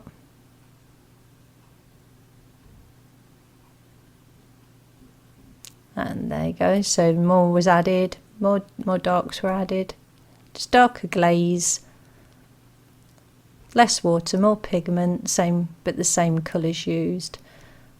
Now just going in with a bit more detail on this area. Very self-explanatory, isn't it? You could just watch this without me rambling on. If you'd like to see any mediums or subjects covered, just let me know in the comments below. If you've got any questions, just ask away. I do read all the comments and I do answer all the questions. Got quite a few more videos lined up to be edited, so seem to be on a roll at the minute. So add in water there, just water, so they can let some pigment flow into it. There you go. And it's lovely working wet into wet like this, just adding pigment to the paper that when it's damp. It's lovely because paint just does what it wants to do, so it can be quite random, but as long as you know where you've added the water at, you know, where the paper is damp, then you know that the paint isn't going to spill out and go anywhere else. So only put the water as far as you want the paint to spread, because once it meets the dry paper it won't spread any further.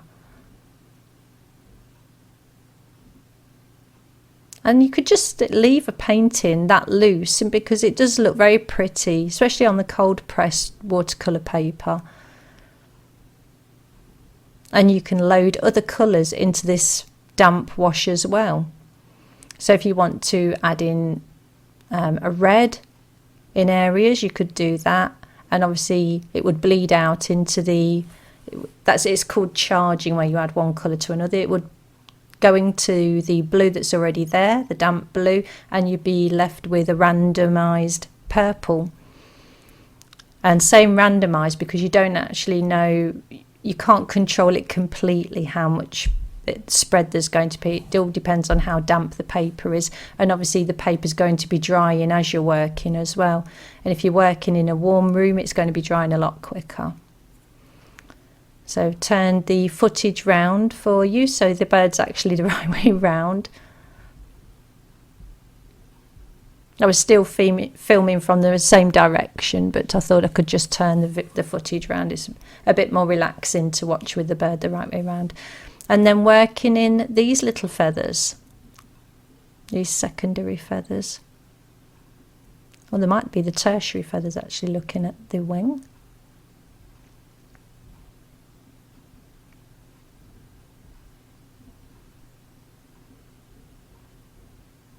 Building up these glazes is lovely because you can do as much as you want or as little as you want. Same with the detail. When you're working on a painting of your own, just do whatever feels right for you. If you like to see your paintings just of washes of colour as opposed to detail, then work that way.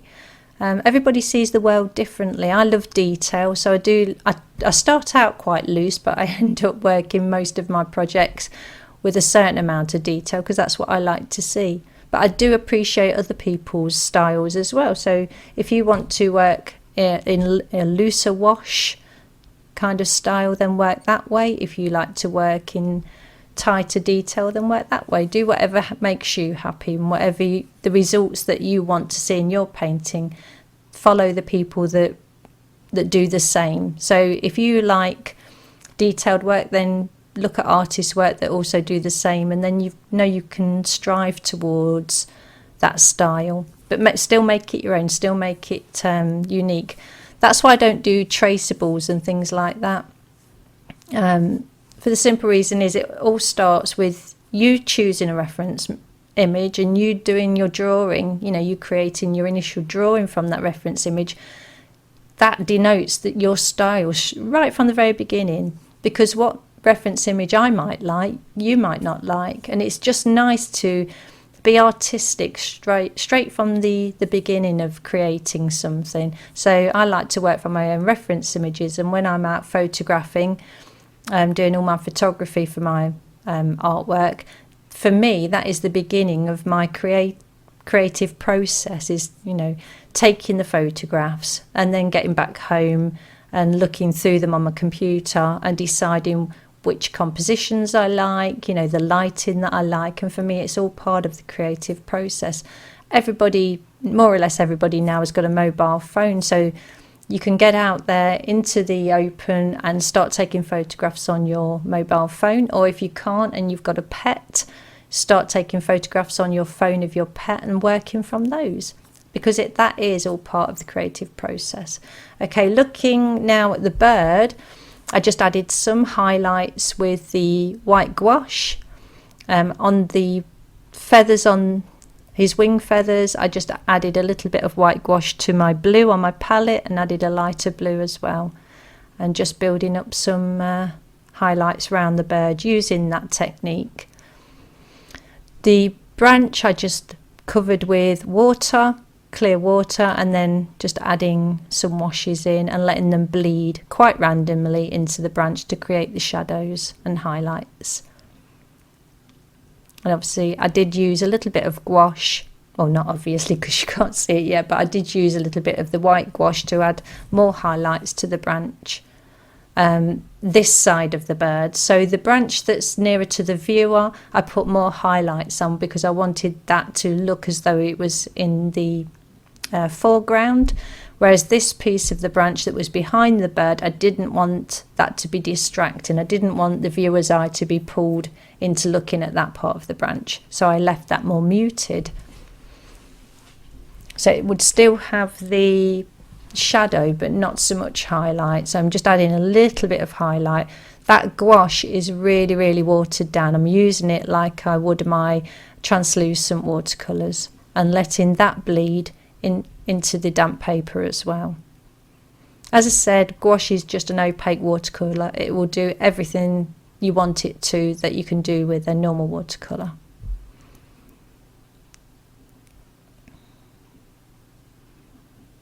And there he is, that's the finished Kingfisher. Okay, if you've liked this video and you've watched it this far, please like and subscribe. Feel free to share with family and friends, it's really appreciated.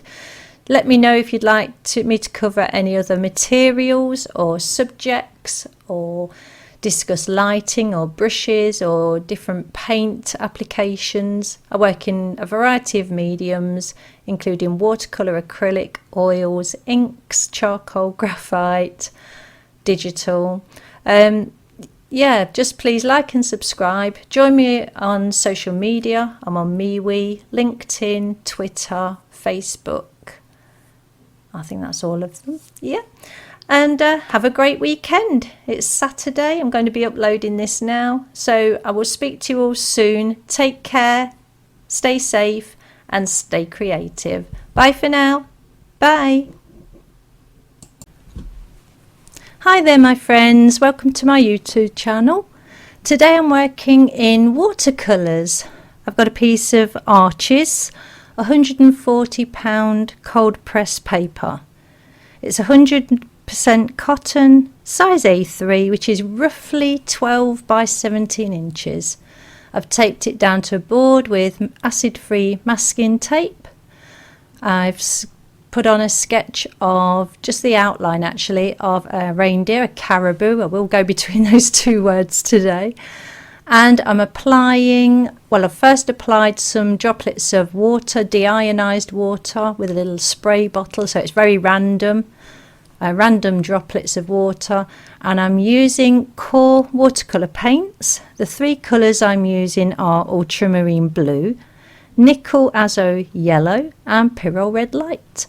and I will be using a little bit of Van Gogh neutral tint later on.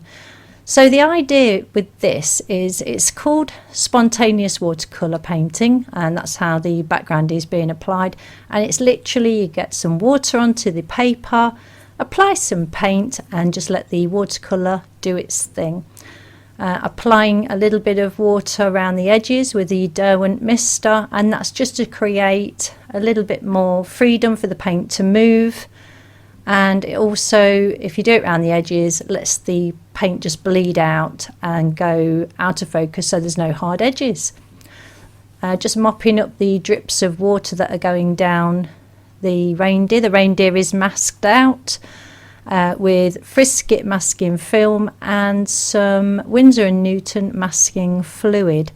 If you can see right in the middle of the reindeer, the paint has leaked through. That's my fault, not the products.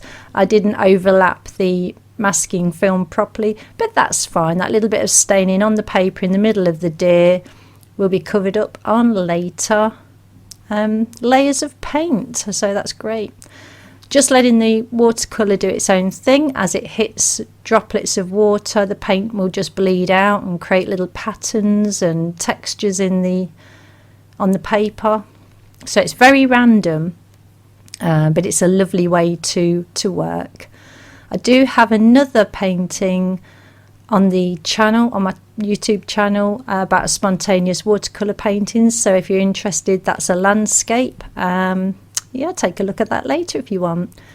So it's all about just adding pigment to the paper, letting the paint do its own thing, and see what happens. It's a lovely way of working. It's very relaxing.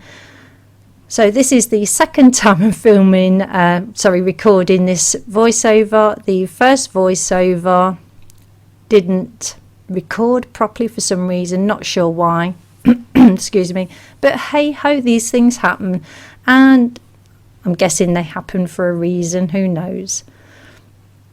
So I've put the finished painting at the top left hand corner there, so you can actually see where this painting is heading.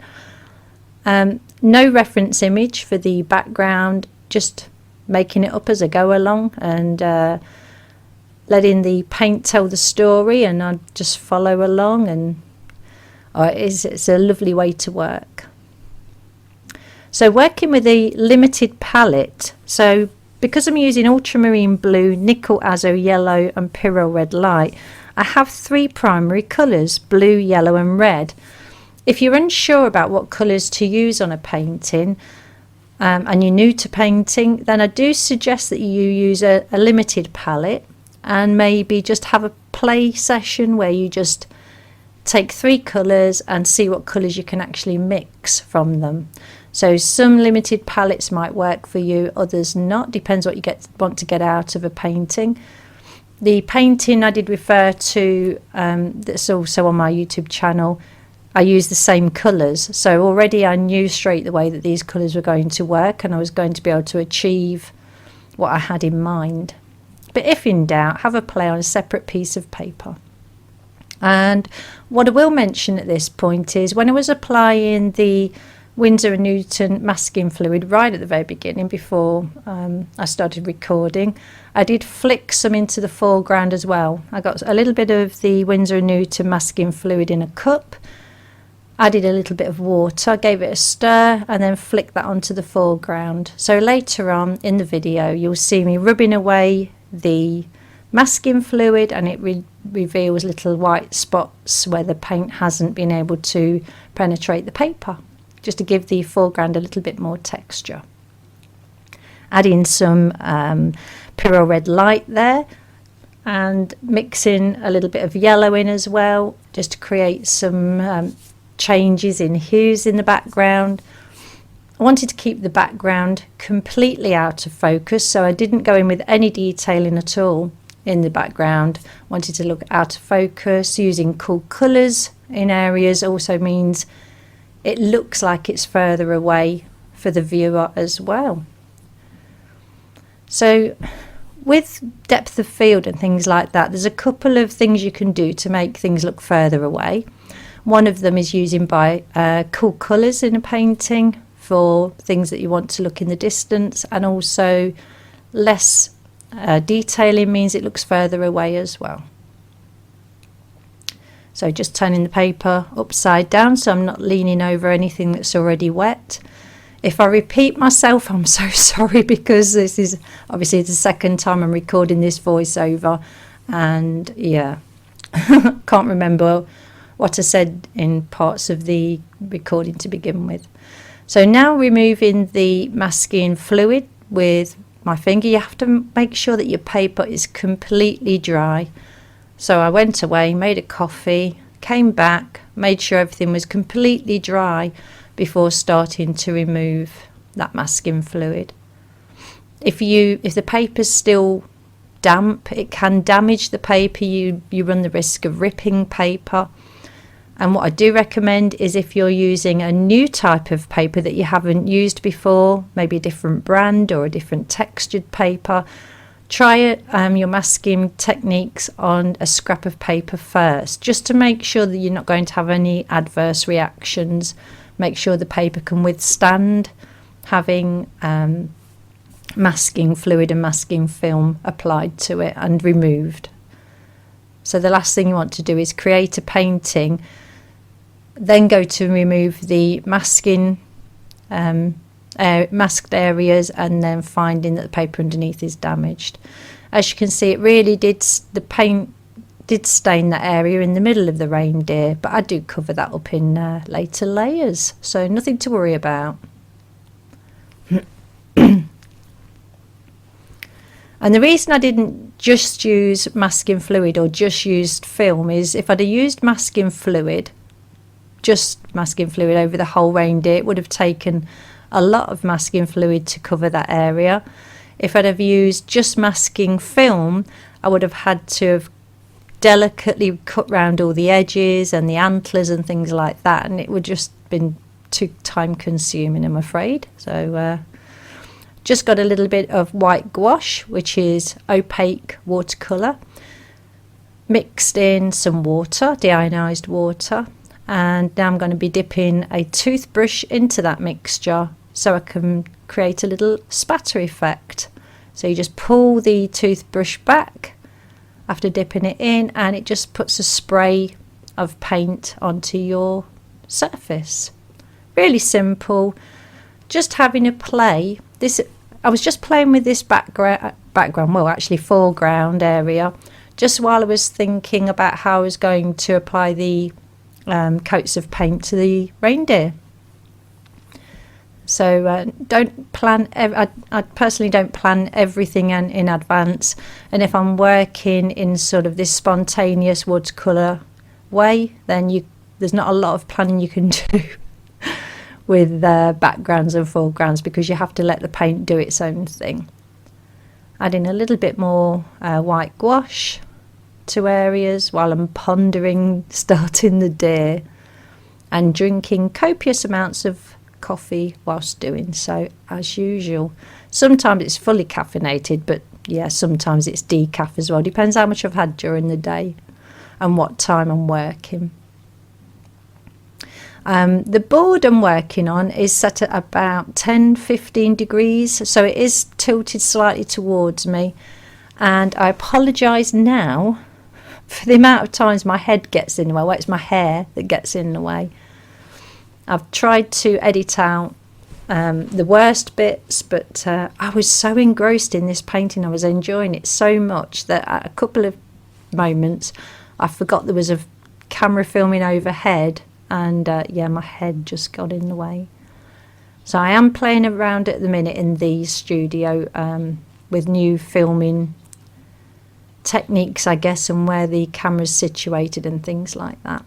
And all of this was filmed under just daylight. I didn't have any of the studio lights on at all. I just used the light coming in from the window, which is right in front of me. So so the antlers, unfortunately, I got my head in the way, but they were just, I just brushed them over with water and then added pigments and let them run. The same is happening here on the head of the deer. Excuse me. Just wet the whole of the head with water, and now I'm just dropping the pigment in.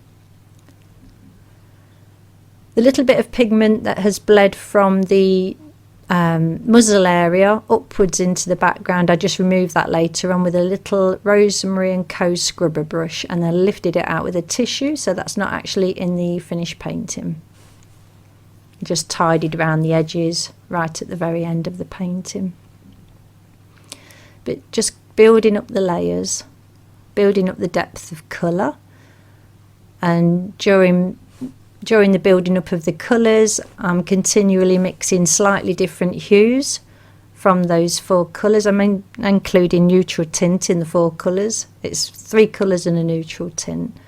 Mixing them up, altering them slightly, because the more hues I've got on a painting from a limited palette, the better. For me personally, in this painting, it just seemed to work really well. So the idea of working wet into wet is the avoidance of hard edges. Because this subject is quite small, I mean the paper's only 12 inches by 17, so the subject is quite small really. I didn't want to put any detail in as such. I wanted to keep it looking soft. I wanted to keep the watercolour painting looking fresh as well. And I hope I achieved that. If I wanted any hard lines, then I'd work wet into dry, so obviously wet paint onto dry paper. But I wanted the opposite, everything looking soft. And as you can see, as you add the pigment, it just bleeds out into the surrounding area. And just, yeah, stays looking nice and soft. A little bit of a blue hue going in there. And the brush I'm using there is Rosemary Co. It's a number 6 that I've had for about 5 years, and I absolutely love this brush. I'll list everything in the description below, the paints, the paper and the brushes. And the masking fluid and film as well. So working across the subject in sections. It's easy to just think, right, I've got this colour pigment on my brush, I'll just paint everywhere where I want this colour. But then it can get a bit daunting, and you end up with a lot of painting that's a lot of the painting that's wet all in one go, nowhere to rest your hand. I mean, the issues can just dominate. You get a domino effect of different issues. But painting just a little bit at a time and working. I'm right-handed, so I like to work from left to right on, especially on this painting. It just made sense for me on this one. Pulling the pigment across. You can see that stained area there in the middle of the body of the deer, but that's fine because that does get covered up later on. I've added a little bit of a yellow tint to this pigment now that I'm going on, just altering the hues as moving across the subject. So as I said, I didn't work from a reference for the background because it was just spontaneous watercolour. I do have a reference for the deer, but I did change it a lot. For a start, when I made an initial sketch on a separate piece of paper for the deer, I didn't like the posture of the head and I didn't like the antlers in the reference image. So I just sat with the coffee, had a play, repositioned the head and the direction of the head, because the head in the reference image was looking slightly away from the viewer, and the antlers on the reindeer in the reference image were quite small. So I looked up some other reference images and decided on a separate set of antlers. No red nose, so you can't call him Rudolph. So letting the pigment now bleed out into wetted area, so because I didn't want any hard edges along that back end. So the back of the deer, the vertical side of the deer on the right hand side, the back of his legs, his hind legs, I want to be facing the light source, so I didn't want any darks on that area at all. the reference image, the deer, it was very dark. It wasn't completely silhouetted from a backlit. It was backlit but not completely silhouetted, sorry.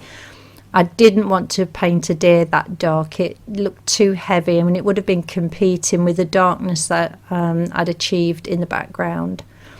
So well, not everybody, but a lot of people get hung up on what colours am I using and things like that. I will give you the colours, but they're being mixed on a palette. So the colours you start with aren't necessarily the colours that you finish your painting with, because while your colours are in the palette, they're constantly being mixed to create different hues. So when I was painting the face and popping the eye in, my head was in the way, but as I said, I was so engrossed in this painting I forgot I'd got a camera right overhead, so I'm sorry about that. But the depth of the colour in the face was just achieved by using wet in wet washes and just building up that intensity of colour. The eye was created just using dark pigment, wet on dry. So I didn't pre-wet the eye area. I just popped in a little bit of pigment, being very careful to leave the highlight in the eye showing. I could have gone on top with white gouache if I had gone over the place where I needed a highlight, but thankfully I was in control because my head was right over it. I could see what I was doing. As you can see the white spatter, nice effect on the foreground and midground area. I do go in at the very end of the painting and apply some more, so some of it hits the actual subject as well. So just mixing up some pigments, I think. Yeah. So I've already gone over this leg just with water, so deionized water, and now I'm applying pigment just to darken it, and wet in wet leaves no hard edges. Now the reason I use deionized water is because tap water contains chemicals such as chlorine, fluoride and different things, I believe, and for the longevity of a painting I don't know what effects that would have on your paints and paper. So I'm using acid-free paper, acid-free masking tape, artist quality masking materials, artist quality everything really, and there's no point in adding chemicals into that mix if you don't have to. And deionized water is so cheap. You can get a big tub of it for just a few pounds. You only need a little bit of it for watercolours, and it's not going to have any adverse effects because there's no chemicals in it. That's why I use deionized water.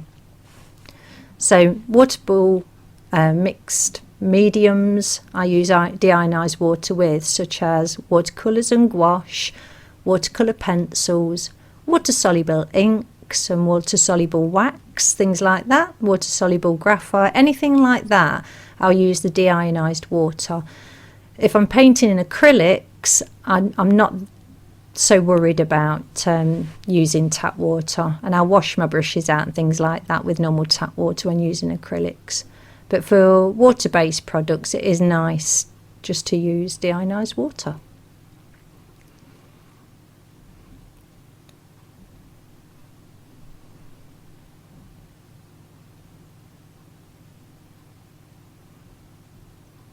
Adding a little bit more pigment there, and obviously you can just see that it's a little bit of a warmer hue. So mixing up the hues, changing the hues as you work on a subject just adds to the interest. It stops it from looking flat. And keeping in mind where the light source is coming from helps as well, right the way through a project. If you're after reference images to create paintings from, then I can thoroughly not suggest, yeah, I'll suggest two websites. I thoroughly recommend them, that's what I'll do, and that's unsplash.com and pixabay.com, and they're two online resources that I use regularly. So obviously I do like to work from my own reference images, but if there's something that I haven't got, then I look on those two sites, and 9 times out of 10 there's something I can utilise. It's not very often I just use one reference image and just work from that. So generally sketch from a few different reference images to create a pleasing composition and pose for a subject. So just applying water now, because I'm going to be working wet in wet. And the best thing about working wet in wet is you're less likely to get any hard edges on your painting. Now, because this painting is quite small, being just 12 inches by 17 inches, I didn't want it to have too much detail. If I wanted to do a really detailed painting, I'd want to work a lot bigger. If I'd have worked too much detail into this tiny painting, I think it would have looked false and it would have lost the freshness that I was trying to achieve. The whole idea, I guess, behind using watercolours is that they are transparent, and you do want the light refracting through the layers, bouncing back off the white paper. And if I'd have gone in with a lot of detail, a lot of that would have been lost. A lot of that translucency would have been lost. So just keeping it nice and fresh, nice, quite loose really, quite a loose painting, and just building up the layers. And you can build up colour as well by glazing. So if you're new to painting and you're unsure what glazing is, it's just tinting a layer underneath with another layer on top. So using transparent colours to tint existing colours. So it's like looking through a stained glass window. You can see what's on the other side of the window, but what's on the other side of the window looks tinted by whatever colour glass they've used in the window. And that's all that glazing is. Make sure that your layer underneath is dry, and then you can tint a different colour over the top. It doesn't completely alter the colour underneath, the look of the colour underneath, because you're using transparent colours, but it does tint it somewhat, and that's what glazing is.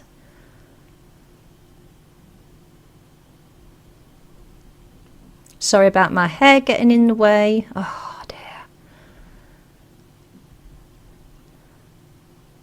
I'm back on with some more colour. Added a little bit of red by the looks of it to this bit of pigment that's going on now, just to warm it up a little bit.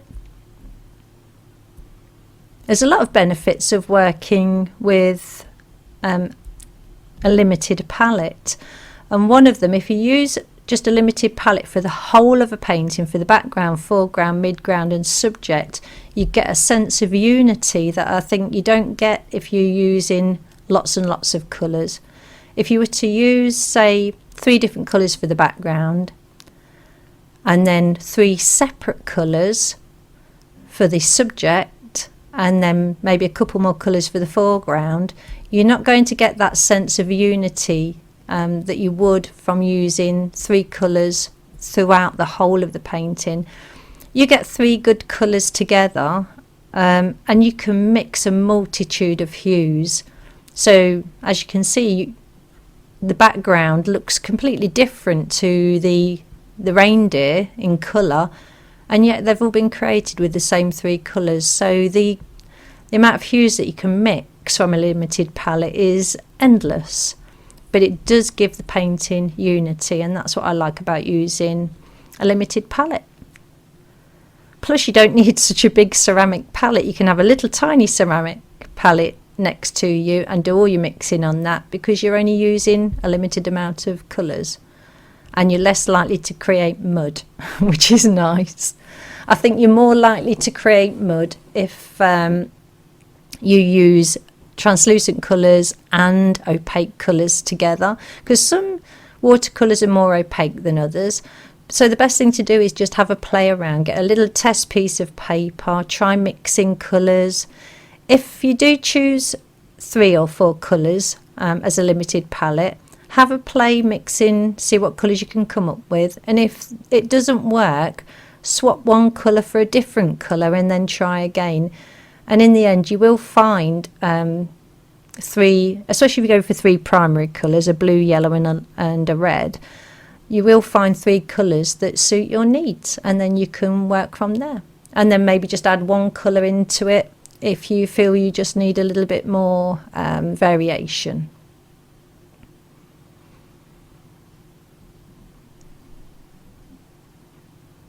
So just about the whole of this painting was created using wet on wet techniques, apart from the eye where I did use the wet on dry. So blending that little bit out with a wet brush, and as you can see, the stomach area, the tummy area, I went in with water and then just added a little bit of pigment at the bottom of the tummy and let it blend upwards. Turned the paper upside down for that. So just adding water. That was with a Rosemary and Company brush. It's a flat. I'll put it all in the description below. You can see now that the that stained patch on the body is slowly working its way into the patterning and texture of the fur on the body of the subject, and by the end of the painting it's literally disappeared and blended in quite well to the layers that were put on top of it. If anywhere I went on with paint like I did just then and it was creating hard edges, just go over it with a wet brush before it dries and just blend it out. Not a problem at all.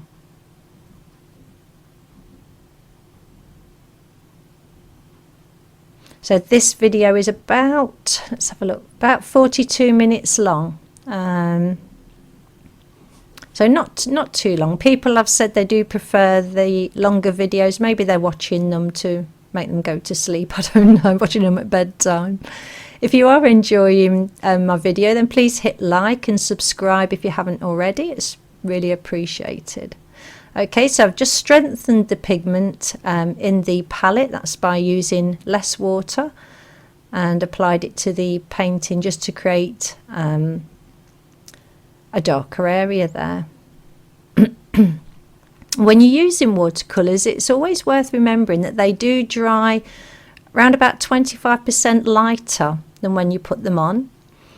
That shift in colour, well, in depth, alters the more or less water you use. So the more water you use, the bigger the colour shift when it dries. So it can be a bit tricky for beginners sometimes, that they think they're applying a nice dark wash and then when it's dry it's not as dark as when they applied it. So just keep that in mind. It's the same as people working with gouache. Dark colours dry lighter and light colours dry darker in gouache, so that's a bit of a learning curve as well. I like to work in all different mediums. There's a saying, isn't there? You can be the jack of all trades and master of none. But I think when it comes to working in different art mediums, the knowledge you gain from creating is transferable between mediums. So if you get the hang of colour mixing, contrast, hues and tones, things like that, doesn't matter what medium you're working in, you just take that knowledge with you to whichever medium you're working in. So it doesn't take so long to learn how to use a new medium, and you can easily switch between mediums once you get the hang of it. So okay, so work the wet in wet technique right across the subject itself. Let it dry, finish drying it off with a hair dryer so everything's nice and stable and it's not going to shift too much. And now I'm going to go on with the second layer onto the body of the caribou reindeer. I said I'd interchange between those two terms. I went to the Arctic in August, and the reindeer on Svalbard, Spitsbergen, they're completely different to any reindeer you see anywhere else. They're a lot smaller and stockier. It's like amazing to see how they've evolved to live there. They're shorter and amazing, but they are lovely animals, aren't they? And this one's not got a red nose and he hasn't got bells on him, so I can't call him Rudolph. It definitely put me in the festive field doing this painting. So working wet on wet, so everything's going on with soft edges, keeping it all nice and soft. And as I said, if there's any hard edges appearing, just going in with a wet brush and just softening them out. The reference image I was using for this, apart from having a head and antlers that I wasn't keen on and I ended up resketching, the actual animal itself was very dark because it was partially backlit, and I didn't want that effect in this painting because I think the having such a dark subject would have competed too much with the dark background. So the reference image has now been put away, and I'm just creating this image how I want to see it, creating the painting how I want it to be. So there's a time and a place for a reference image, but it's not needed throughout the whole of a painting. It's just to give you inspiration and give you some ideas, maybe give you a pose of a subject. If you're working floral paintings and things like that, it can give you an idea of the veining on leaves or the veining structure on petals, colours and things. But then at some point it's nice just to put the reference image away and create the painting that you want to see.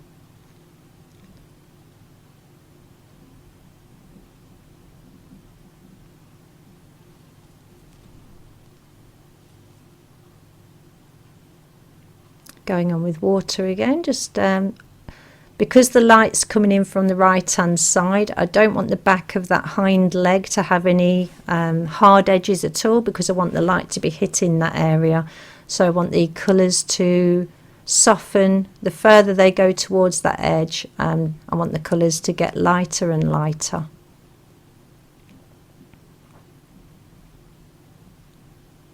This was such an enjoyable project. I really did enjoy painting this. There's really not many paintings that I don't enjoy, but this was just lovely. It was so relaxing to create this, and didn't take too long really. I did it over a couple of days. So just because you've got a painting on the easel doesn't mean you've got to sit at it until it's finished. I think sometimes you need a breather, you need to look at it with fresh eyes, especially if you've been sitting in front of it for a few hours. It can get a bit stale and you can lose your way sometimes on what you need to do, and walking away, getting a coffee, relaxing, reading a book or something like that, or doing some housework or whatever, you're cooking dinner or whatever, and then going back and having another look gives you fresh eyes, a fresh perspective on a painting. And yeah, it just aids creativity sometimes, just to have a break and come back with fresh eyes. As I said, I didn't want any real detailed areas, and there was a shadowing area underneath the tail, but I didn't want to make that too dark and too obvious, because I didn't want the viewer's eye to be drawn to that end of the deer. Obviously I want the focus to be on the head of the deer.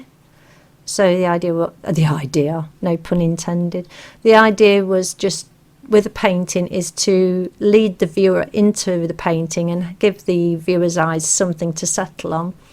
And in this case it's the head of the deer.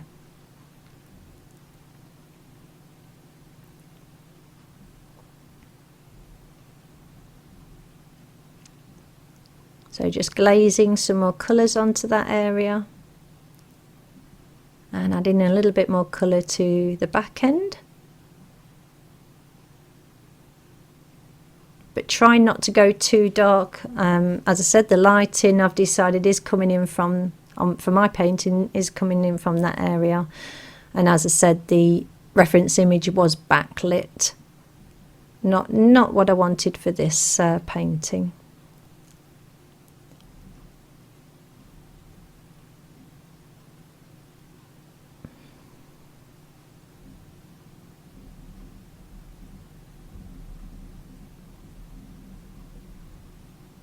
Just adding a little bit more pigment there, mixing up so many different hues in my palette, just so it gives the painting interest.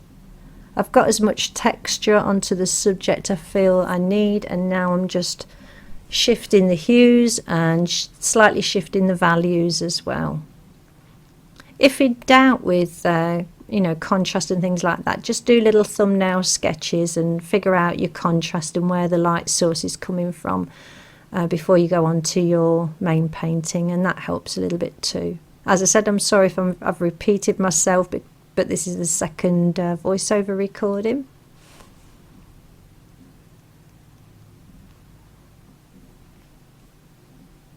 I will do an actual live painting session soon, but when you're painting and talking at the same time, you can lose track of where you are in the painting. It does make it a little bit more difficult. I do teach as well, and when I'm teaching I can paint and talk at the same time, but I think that's a little bit different when you've not got a video running as well. It's the fact that when you've got a video camera, you've then, well, for me personally, I know other artists do it, but yeah, talking, painting and not getting in the way of video camera, yeah, that's multitasking.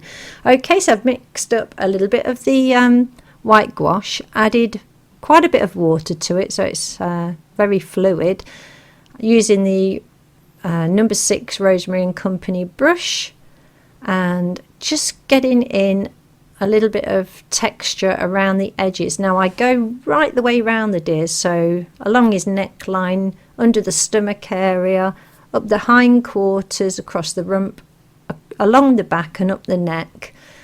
And what I did with this then is, once I'd applied the gouache right the way around, I then dried it with a hairdryer, and I did keep the hairdryer on it for quite a while. I wanted to make sure nothing was going to shift, because once this was dry, I then went on and I tinted all of this with yellows, just so it looked like the sun, or what, you know, the light source coming in from the right was just catching it, and it just gave a little bit more dimension to the subject and a sense of the light coming in from the right. It just added to that. Gouache, as I said, is watercolour. It's just an opaque watercolour, so even though I'm using gouache, this can still be classed as a watercolour painting. But you really do, if you do this glazing technique over gouache, just make sure that gouache is really, really dry, because if it's not, it will just blend with the water glaze that you put on top, and then you just end up with a milky looking mess. Which is fine if that's what you want. If you want it to blend, then that's fine, because you can actually remove it by if you put some gouache down where you don't want it, get a clean brush just with water on it, wet it and then dab it off with a tissue, and it removes it. But if you want it to stay put and it's a case of just glazing this, then just go on with a hairdryer, make sure it's completely dry, or a heat gun, sorry. There you go, so it's nice and dry. Adding a little bit of very watery pigment. I'm not pressing on with the brush at all, because I don't want to scrub away at the gouache and disturb it. So light hand, tinting it, and I went all the way around the body doing this. And now I'm flicking on some gouache just to give it a snowy speckled look. As you can see, the paper is slightly cockled, but that's not a problem at all. It didn't cockle too much at all. I was able just to carry on painting, kept drying it with a hairdryer. And if you want to flatten it out, what I do personally is I take it off the board, wet the back of the painting very lightly, put it back on the board, piece of paper over the top, weight it down with some books, 24 hours time, remove the books. It's had time to dry, time to flatten out, and it's good to go. Well, if you've made it this far, thank you so much for being with me today. Please like and subscribe if you haven't already. If you'd like me to cover any mediums or subjects, or maybe a subject and in a certain medium, drop it in the comments below. Please share on social media if you want, with family and friends. And that's it. I've got lots to do in the studio, so I will sign off for now. Until next time, take care everybody, stay creative, and I will see you all soon. Bye bye.